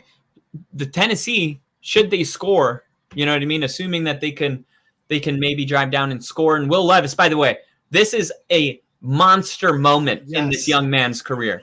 Yes. He went out and had a great first week. Now he's on the road, and the ball is in his hands with 4 minutes left. This is when, as they say, you separate the men from the boys. Is he going to come out here and drive his team down and score a touchdown?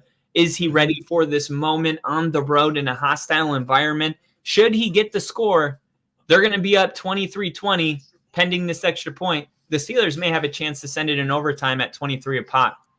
2016, the Steelers get the lead here late with little over 4 minutes left in this game. Like you said, man, this is going to be a big moment for Levis.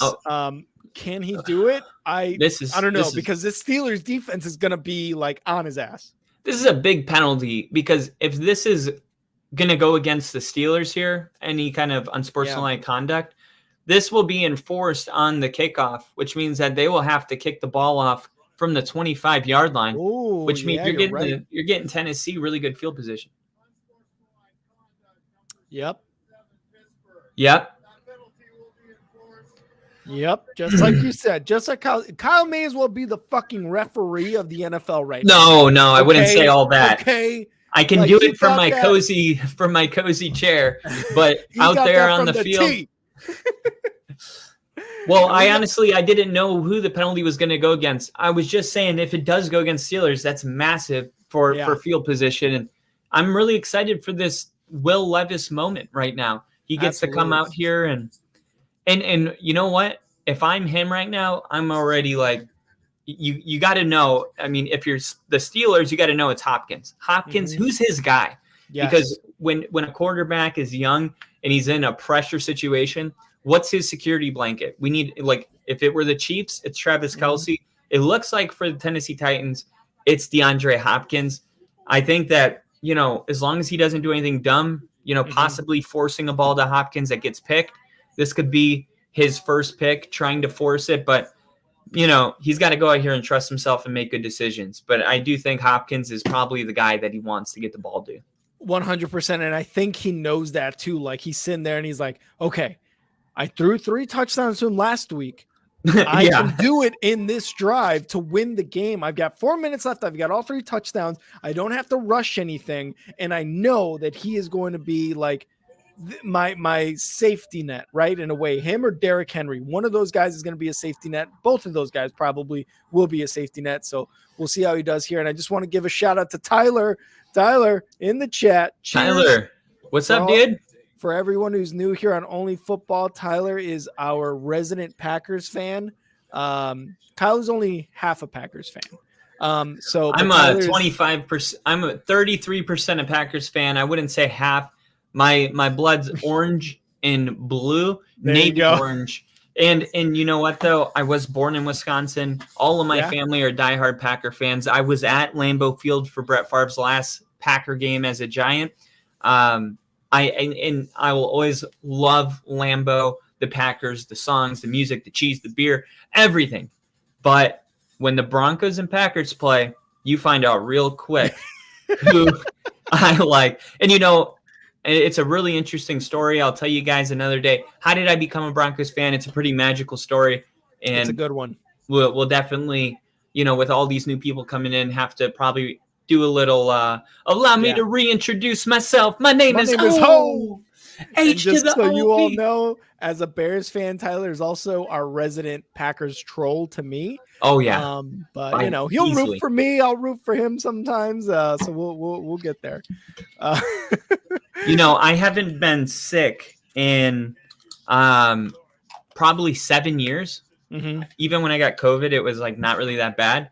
And I get eczema, so I had to take this shot at the office yesterday, and it lowers my immune system because I have a hyperactive. This was a great return, by the way, all the way to the 50. Return. Yeah. Because I have an overworking immune system. Oh, there's like 40% of people have eczema. So one of you guys probably know what I'm talking about. But I woke up this morning after lowering my immune system, feeling a little under the weather today, a little warm, a little skin. When you like the fabric feels bad on your skin because you're like running a little hot. Just like an overall like, this is a terrible way to wake up feeling. And then, and I'm just so glad I painted my face and pulled myself up from my bootstraps because we don't miss streams. We don't miss streams here, no matter what. It's got to be a very special situation for us to do that. 1st and 10, 3:56 left, almost at the 50-yard line. He's going to give it on an end around to the left side. Can he get the corner? Can he stay in? Yes. 5 yards. Good job by him. Yeah, that was Traylon Burks doing a good job. I was like, can he get the edge? And then I was like, well, if he does get the edge, by the time he gets it, he's going to go out. But he was able to cut it upfield for a 5-yard carry. And it looks like he is like whatever's going on injury-wise, him and what's his name? Head coach. Why am I blanking on yeah, I know who you're talking about. Why have we? I don't know. We don't do names here. No, I know this guy. I've been talking about him all day. Vrabel, Mike Vrabel. Yeah. Oh man, he got met at the line there. He rushes for maybe 2 yards. Henry just fell in slow motion. Legitimately slow motion fell. Yeah, I think Vrabel knows that he's a little banged up, but game on the line right now. Yep. He's trying to tough it out. We'll see what happens. Big 3rd down right here. The towels are about to start waving. Oh, yeah. towels are Big about to third start. down. Watch. They're about to, when they get to the line, they're going to zoom out to all the towels waving with Levis. Watch. They have to, because what a great, see, there it goes. Oh, damn it. I thought it'd be a little bit more. 3rd and 4. Here's Levis in the shotgun. 3 receivers out wide. Trying to get the snap off. Takes the snap. Gives it to Tajay Spears up the middle. No. Bad play call. What are you no. doing? Not only are you not gonna give it to Derrick Henry for a run, you're not gonna let Will Levis throw it for a first down. That was ridiculous. bad. That was bad. And the Steelers were playing it. They were like, hey, watch out for the draw. And they're letting the clock run down on themselves right now. Yeah. And this is big huge. 4th and 4. Big 4th and 4 here. All the terrible towels, the little towels, if you will. Will Levis in the shotgun. 3 receivers to the right, 1 to the left. He's got, I think, Derrick Henry in the backfield with him. If not, it's Spears. Yeah, that's Spears. 6, 5, 4. Takes a snap. Looking to pass. Going deep to the left side. It's DeAndre Hopkins.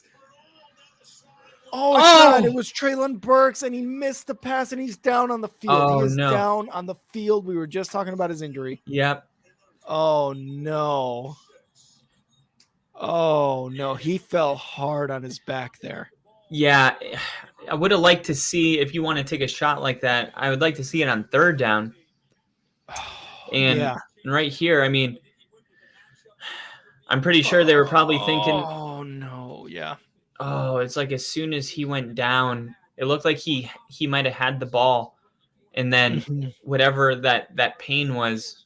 Look, they were doubling Hopkins like we talked about. Yeah. So the Steelers were ready for it, and good job by Levis being like, all right, I'll take what the defense gives me. I'll throw it out to Burks, and unfortunately, you know, it hurt him a little bit. But you got 2-minute warning and 3 timeouts. Yep. Wouldn't say it's over yet. Casey saying Halloween with only football. That's right. As we go to commercial here, we got a 4th down pass to Treylon Burks.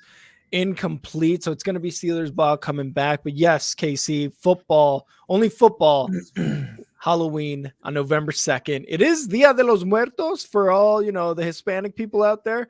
So it is Dia de los Muertos, Day of the Dead. Yep. For non-Spanish speaking, but yeah, it's just we got to keep it going. We got to keep the spookiness going. Got to keep the spookiness going.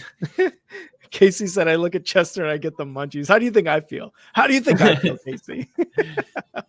Oh, Josh almost had it. Said Steelers better watch for a Spears screen. It was a handoff. That would have made a lot of sense, man. Yeah, it would have. God, all right. I got a D for the P really quick and fill up my beer because whatever it is that I'm feeling, it's getting more. I got to combat it with a beer. All right, sounds good. Kyle will be right back. And Josh White, yes, that was a 4th down. Unfortunately for the Titans there. So I kind of like Kyle said, and kind of like you said, right? Like a Spears screen may have gotten way more yards than that running, that draw that they did with him, which got nothing. That was a bad play call. But a screen would have worked better, or, kind of like Kyle said, on that 3rd down, you got to go for Treylon Burks there on the left side. You got to go for that on 3rd down. If you know whether that gets caught or not, you're going to go for it on 4th and 4. So yeah, that was a bad play call. Jets or Chargers, who you got? Lil Engine. Stay tuned. Then everyone else, stay tuned, because after this, once we do our instant reactions, we're going to go into what our regular Thursday episodes, which is our next, our weekly predictions episode. So if you guys stand by, get those notifications for us right now. We will be going live with those episodes, and you guys will obviously be in the comments. We're going to be showing comments. We're going to be responding to comments. So we will absolutely be answering that question. Angel said, need to P for the D. I might need to D for the P here, or P for the D here right now as well. And we are back at the game. Unfortunately, there looks like Burks maybe being put on either a stretcher or the little cart. I can't see for sure. So he's going for the catch. He caught the ball, and So it looks like he landed on his left, like butt cheek, hip area, and then it kind of went into like his right arm. But he landed really, really hard. And they're all kind of surrounding that area where he's at. He was down for this entire time. Really sad to see. Steelers fans, big respect to Steelers fans staying quiet, you know, kind of just making sure that everything's okay before they do any sort of talking or cheering or anything. Kyle, it looks like Traylon Burks was put on possibly a stretcher or maybe that little injury cart that they usually take people back on. Yeah, so it's rough. You hate to see it, man. Guys trying to come up, make a big play. Yeah. Oh, wow. It's 2:06. Yeah. So they still have the 2-minute warning and 3 timeouts. So yep. Ideally, how aggressive do you think the Steelers are going to be? Oh man, if they just run the ball, it's almost a guarantee that Tennessee gets the ball back, and maybe Mike Tomlin's okay with that. He's like, "Hey, yeah, beat us with a rookie quarterback, with no timeouts in a minute 50." Yeah, 100%. And the way the Matt Canada offense has been for the Steelers, we need to. You're not going to get it. Sorry.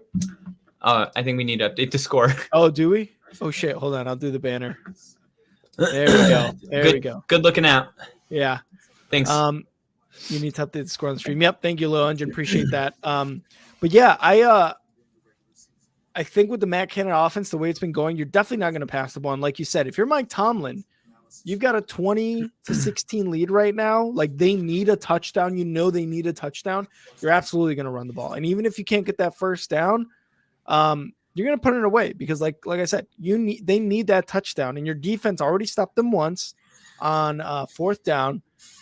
So I think they'll be fine. And that's that they stopped them with the kickoff being returned to almost the 50-yard line. Yeah. All right. Well, we'll see what they do because, like you said, they're going to take over at the 50. So you may get, let's say, this first down play. Yeah. You know, they're able to pick up 10. All of a sudden, they may attempt a field goal, and it's like he's he's getting carted out of there. Yeah. No, look for the thumbs up. Yeah, no stretch or anything, but he's on the injury cart, getting driven off right now, which oh wow. You hate to see the reporter saying that they were yelling and screaming for the cart as fast as they could. His face mask was removed.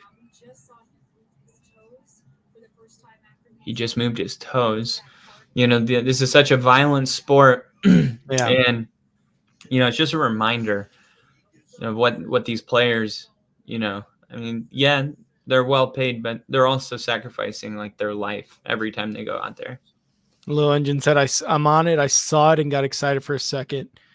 That's good. Yep, there's the thumbs up right there from Burks. Let's go. Woo. There it is. It's knocked over my mic. No big deal. It's all right. It was for Burks. Gonna D for the P, so I will be right back. All right, so 2:06 left.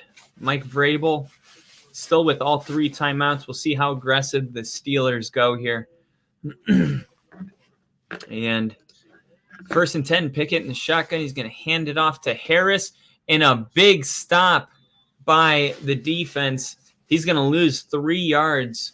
And the 2-minute warning is going to be called, so no need to burn a timeout yet. And Mike Vrabel's telling his defense, come here. I'm trying to talk to you guys about something. So we got basically two more plays, assuming that the Steelers stay conservative and just try to run the football here. And we're going to get 2 timeouts, so those will probably be 30-second timeouts. So I'd say if everything goes the right way, Tennessee will get the ball with probably 1 minute and 40 seconds and 1 timeout, which is plenty of time, right? It is not, I've been in games, man, where it's like we got 27 seconds and it's like, what do you want us to do with 27 seconds? You know what I mean? A minute and 40, That is very doable. So, Tennessee still in this game. As much as it might seem like the Steelers are running away with it, they're going to have their chance if the defense, does what they're supposed to do. The real question is, what if Pittsburgh is like, on third down, we're just going to do play action because they know, hey, if we get a first down, the game's over. So, but should they just run the ball and Tennessee stop them? They'll get the ball with one timeout in a minute 40. So it's 2nd and 13. The 2-minute warning is hit. And let's see if Kenny Pickett and the Steelers got enough to get a first down here to virtually end the game. There's going to be an end around there, and he's going to get about 2 yards on the pickup. Going to be a 3rd and 11. Kyle, timeout. What are you thinking here? I'm thinking timeout. I'm thinking that they're going to just force them like the ambulance on. That's pretty impressive that there's a helicopter just on standby. Or maybe it's a drone. I'm not sure. We do have vertical coverage right now of the ambulance. Looks like it was going to leave the facility and then it started backing in. But on his way to the hospital, most likely. Hopefully everything's all right. Prayers for Traylon Burks. Casey said, boy, that was fast, but he's a cheetah. I got to do the D's for the P's so fast. Yeah, I literally force it out. That's what I do. I'm just like, you can't miss this good football. 3rd and 10 here. Steelers. Kenny Pickett takes the snap, going to hand it off to Warren to the right side. Warren gets about 2 to 3 yards on the pickup. There you go.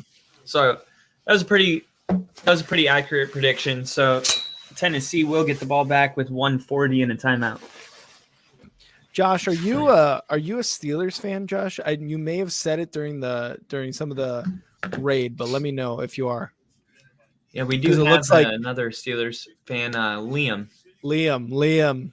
Yeah, we love Liam. I wish he was here during the stream. I'm sure he's just watching and he just wants to focus on the game, but he's always here. And like during the passes, I wish he was here to tell me who number 19 was and all that stuff. Austin. You know what I thought all right, the punt is off. Is the punt. This is going to be a fair catch on the 15-yard line. So 144 and 1 timeout for Will Levis, DeAndre Hopkins to get it done. There's no Traylon Burks, obviously. Derrick Henry probably only going to play a role as, a receiver if he gets the ball. But somebody else is going to have to step up. No Traylon Burks. They're going to double DeAndre Hopkins. Who's going to be that guy that's going to step up and make a play? Might be Phillips. He was going to him. He got a lot of good completions off him. So 1st and 10 here in the shotgun is Levis at their own 15-yard line.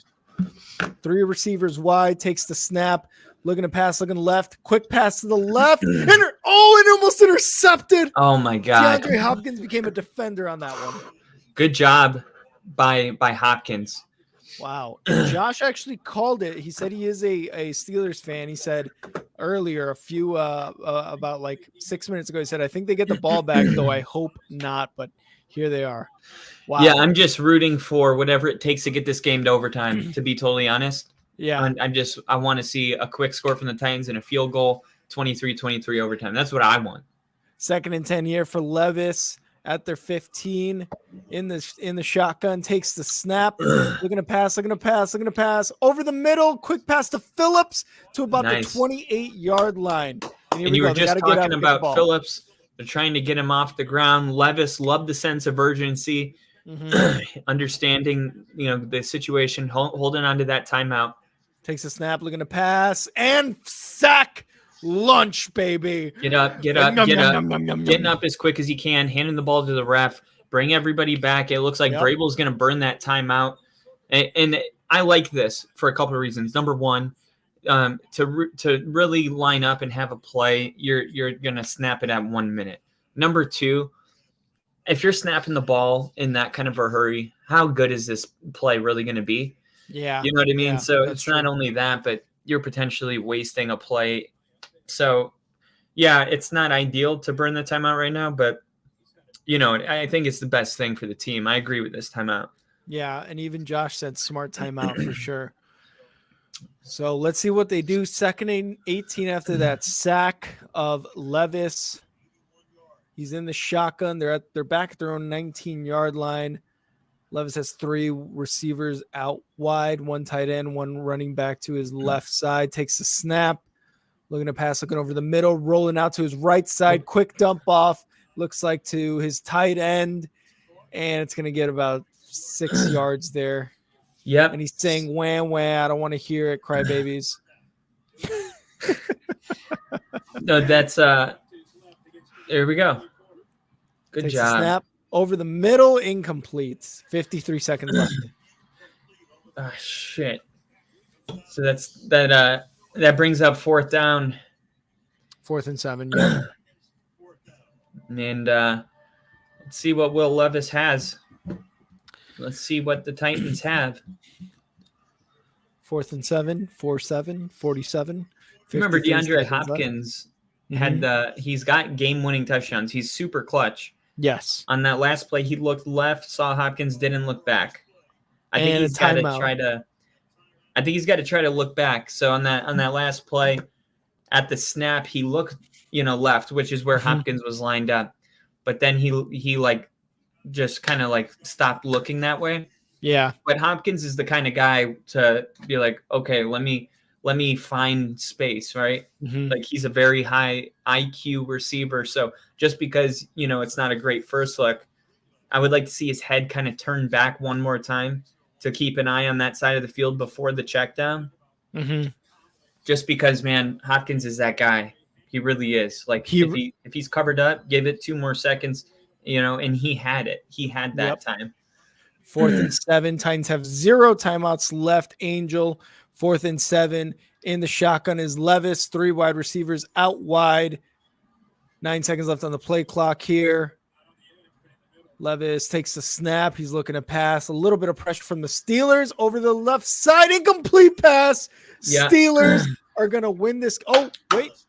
What's going on? There's a flag. There's a flag. And Hopkins, and that's Joey Porter Jr., and Tomlin's already calling the next play. But him and Hopkins have been playing pretty physical all day. So this doesn't surprise me that it's coming out now. Yeah. Holding.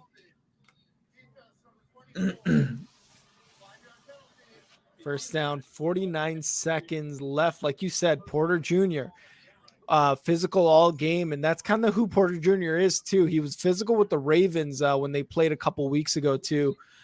So I think he's going to be a very, very good corner in the league, Porter Jr.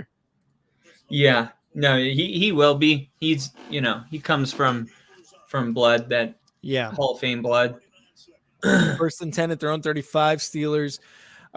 Titans. Levis in the shotgun, takes the snap, looking to pass over the middle. Quick one to the right side. Incomplete. It was a little too much. It went right through his hands anyway. Yeah. I mean, ideally, you at least want him to make the grab and come down out of bounds, because there was really no reason for him to. I'll look at the replay, but it looked like the ball just went right through his hands. Yeah, it really That's what did. Vrabel's thinking. Did you see him? He looks like who are these scrubs? He looks like Robert De Niro with that face he had he on. He did. That was such a great way to put it. 2nd and 10, Will Levis in the shotgun. 4 receivers out wide. 1 running back to his right side. 7 seconds left on the play clock here. Takes the snap, looking to pass, looking over the right side. Quick one to the left side, complete to number 11 of the Titans. 36 seconds left. They have to get to the line quick. It looks like they're spiking it. They're spiking it. They're spiking it. 31, 30, 29, 28, 27. Quick spike. 26 seconds left. They are at the Steelers 36. You see number 11 at the top of the screen? He ran a route. Oh, did he? I didn't see that. He ran a route and looked back and was like, we were doing it? Look at this. Look at this. Great. Look at this moment right there. Are you kidding me? That is literally just a good quarterback playing football. Yeah. This is a big time throw for a guy with no experience to just come out and make. 1st and 10 at the Steelers 36-yard line. Will Levis in the shotgun. 3 receivers out wide. Takes a snap. Looking to pass, going right. Going right to looks like his Get out of running bounds. back. No, Get out of tight bounds. end. Yep. And 20 he's able to seconds get left. out of bounds. This is the guy that I was talking about earlier. The tight end for the Titans? Yeah.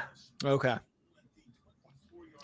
All right. 20 seconds left. It's going to be a 1st and 10 for the Titans here. DeAndre Hopkins is saying, dude, I'm going to be open in the end zone. You better pass it to me on a fade route to the left side or whatever side I'm on. Okonkwo, that's who it was. Okonkwo that you were talking about. Looks like he's only a late game option to Levis. It seems like 7 seconds left on the play clock. Will Levis in the shotgun, 4 receivers out wide, 1 running back to his right side, takes the snap, going to pass. Quick one over the middle.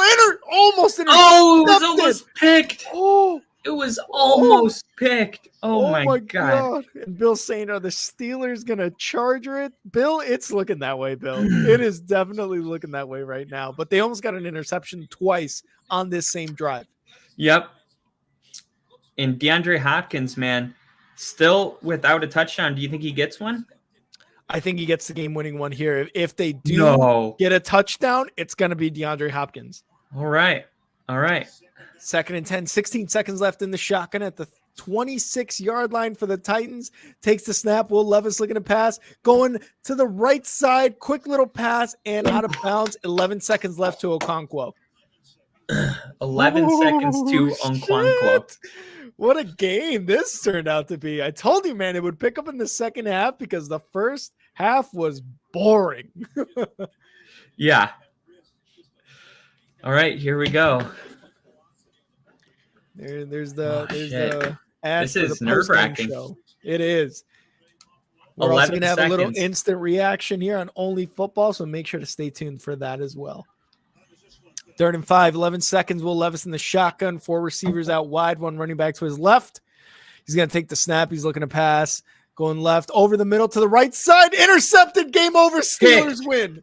Steelers win. Will Levis intercepted in the end zone. The terrible towels start flapping. He finally threw his first pick. Honestly, there's no shame. There's no shame in his game today. No, not at all. You would like to see, no pick there at the end, but he did take his team down with 1 timeout, and it came down to the last play. And I think we're going to see a lot more Levis. I think he's pretty much confirmed that he's going to be the guy for the Titans. I mean, if Tannehill was in this game, I don't think they would have been as close. Let's see. He just wanted to throw this ball to his tight end, but he didn't get it over the linebacker. And maybe he thought, that, his tight end could be a little more aggressive there and try to, get on top of it. And that is going to be the game. Yep. And Josh said it too. Titans have a franchise quarterback. He does not believe the Steelers and Kenny Pickett do. But yeah, man, like you said, I agree. Will Levis, I think they started at their own 15-yard line. They got all the way to their own the Steelers like 20-yard line in the red zone, whatever it was. That was impressive. That was super, super impressive. Casey said, I guess we can say this is the Steelers, not the Chargers. Oh, what Steeler intercepted it? I don't know who it was.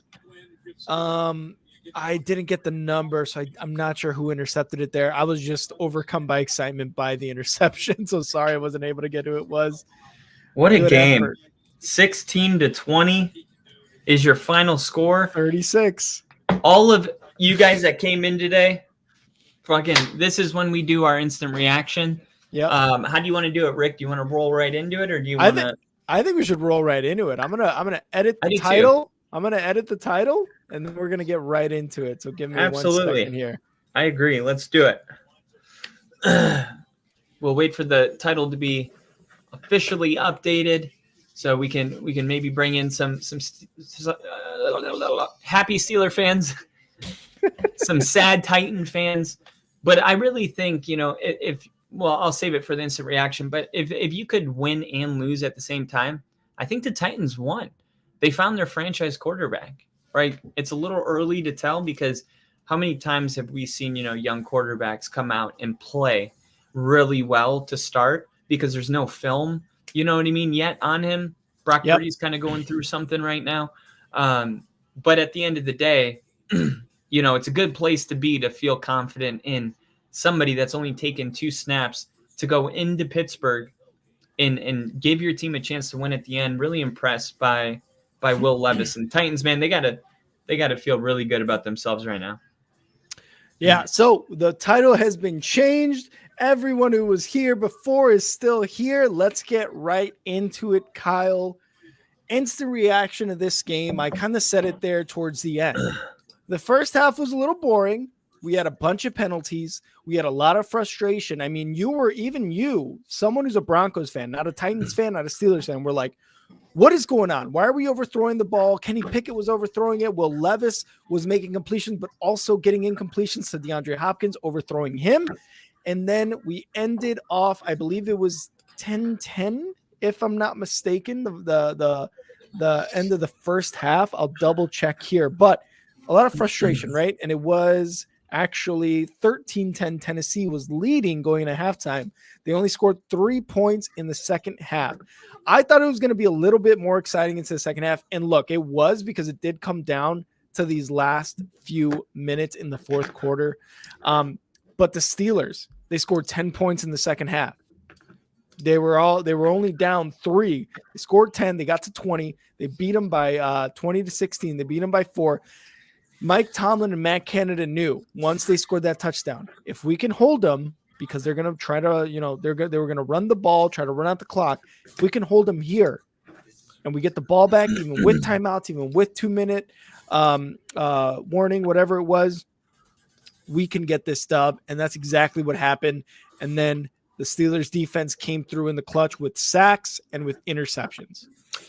Yeah, I was expecting this game to be really good, and it was. And I think for the Steelers being at home, we both picked the Steelers to win this game. But man, I think for the Titans, it already kind of seems like this isn't going to be their year.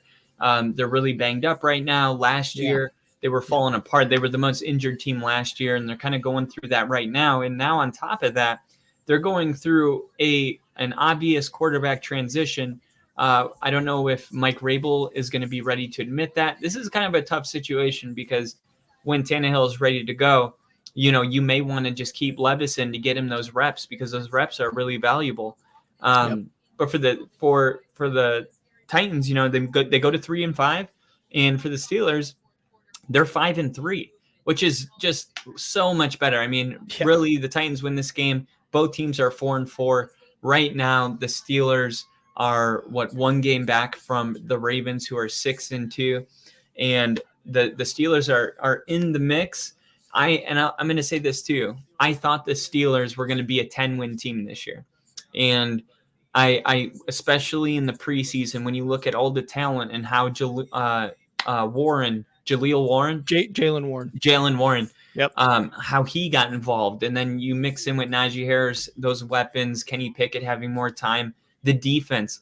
They had a guy, I can't remember his name. He had like 2 sacks in the first quarter, not TJ Watt.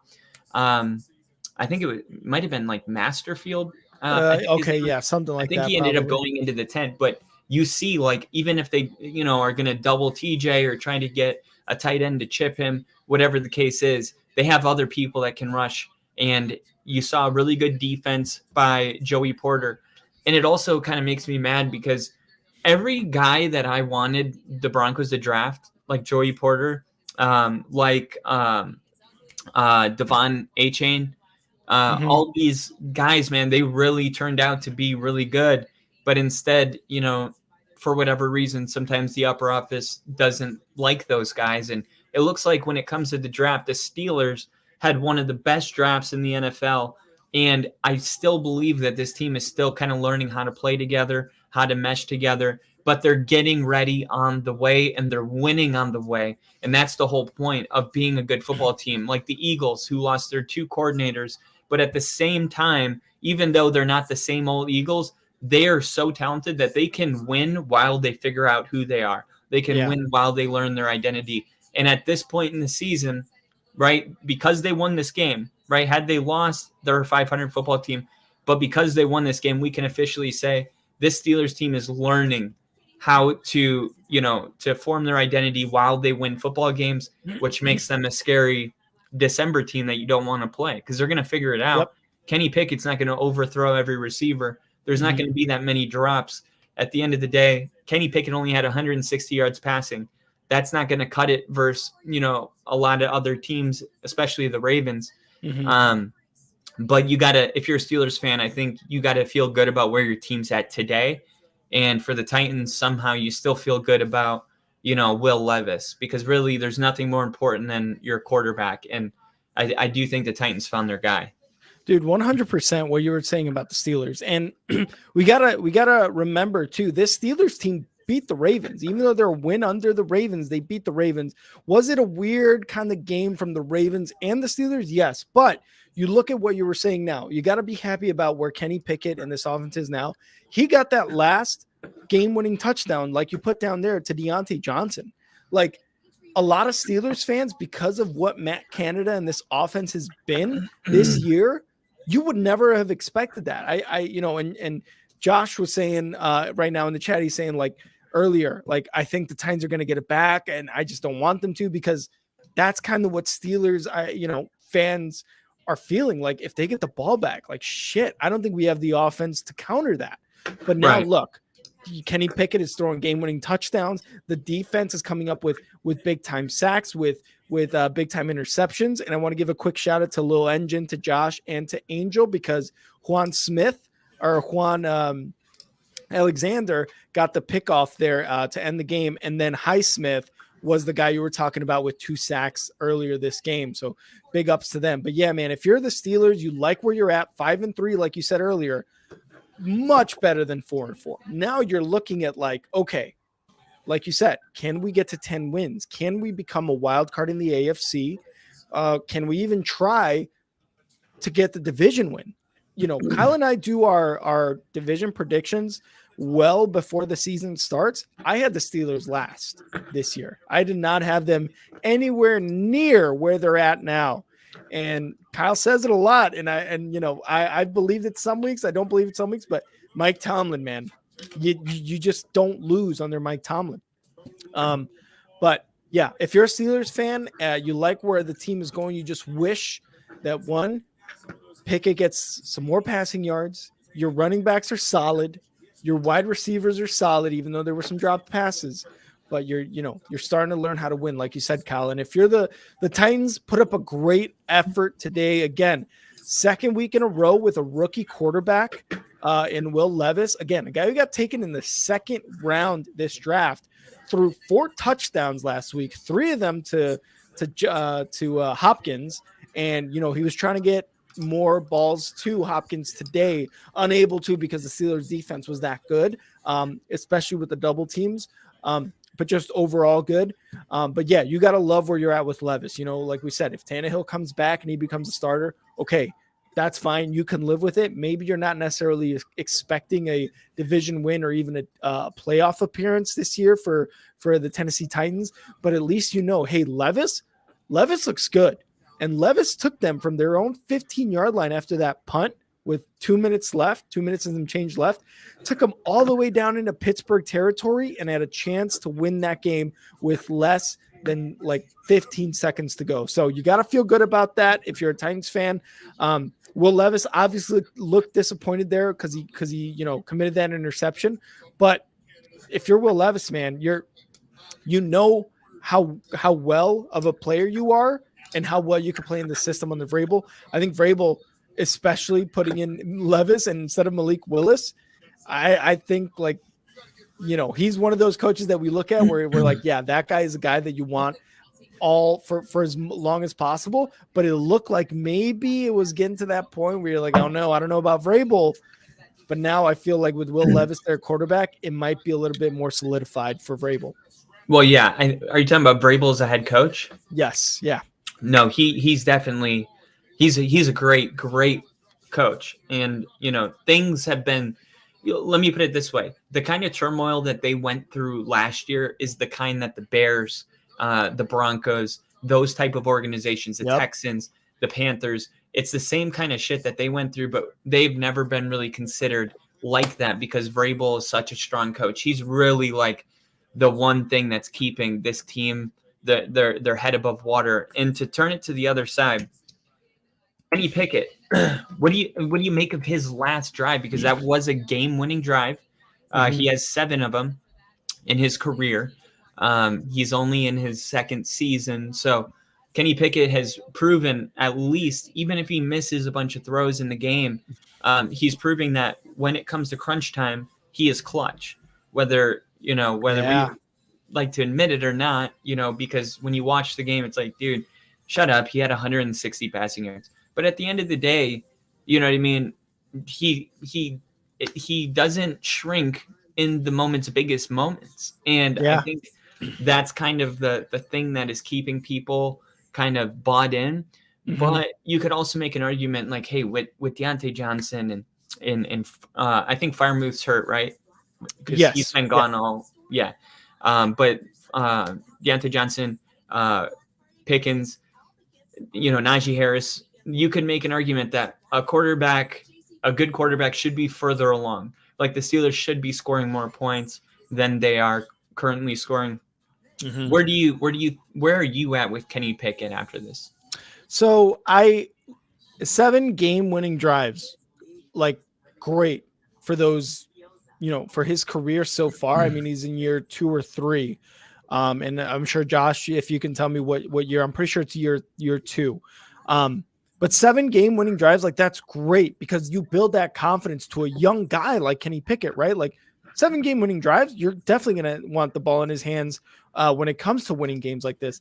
The only thing I will say is that I feel like they ran the ball a lot during that game-winning drive. They didn't really put the ball too much into Kenny Pickett's hands in the figurative sense. I would say like, hey man, it's up to you, like a Tom Brady type. I feel like they ran the ball a lot. Maybe they did a lot of short passes and then they were able to get a lot of yak.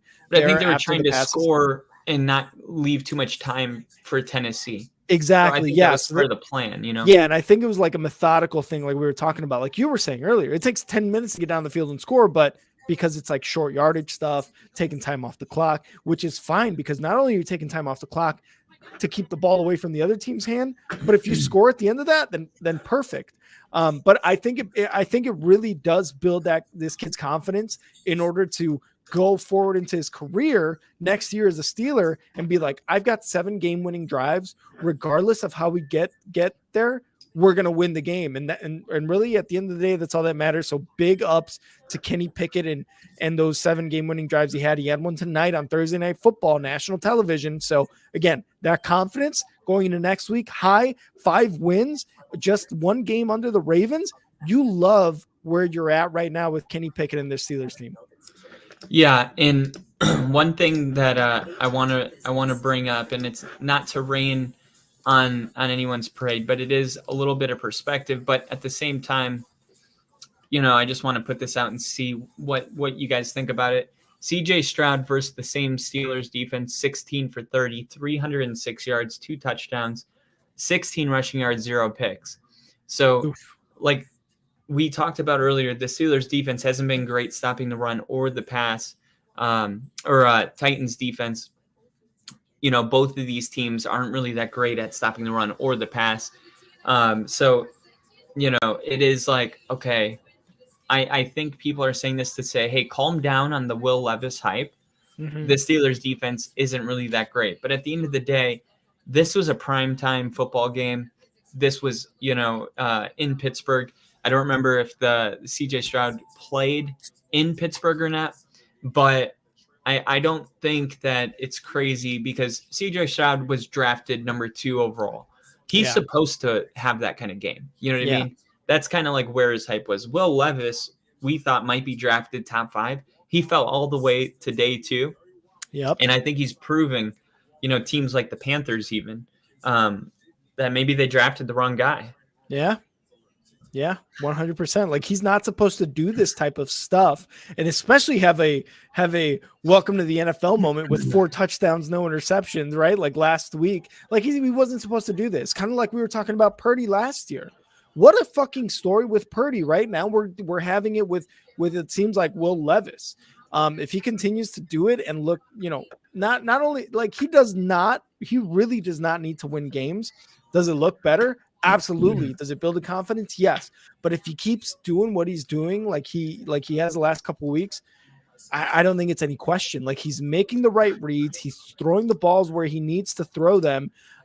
Yes, he got that interception in the last play, but when you look at the replays during the game where he was throwing the ball, it was like, wow, I wish my quarterback would do that. My rookie quarterback, right? Like I wish I had a rookie quarterback that was making throws like this. Quick decisions, throwing it away when he needs to. He's making all the right decisions. And like I said, if you're a Titans fan right now, you're loving what you see from this rookie quarterback. Malik Willis experiment probably over. Ryan Tannehill, you're almost thinking like, I think it's time for him to retire if you're a Titans fan because you like the young blood in Levis. But he's making all the right decisions, man. So credit to him. And like you said, second round guy, didn't expect that. Yeah, and the last thing I'll say about it, and then if you guys are new, we roll into all of our predictions for week 9. So we'd love to have you guys with us. But check this out one more time. This is Steelers rookie Joey Porter Jr. versus All-Pro DeAndre Hopkins. He had 7 targets, 1 catch allowed, 12 yards. He was the lockdown all night. Pittsburgh's got themselves a budding superstar.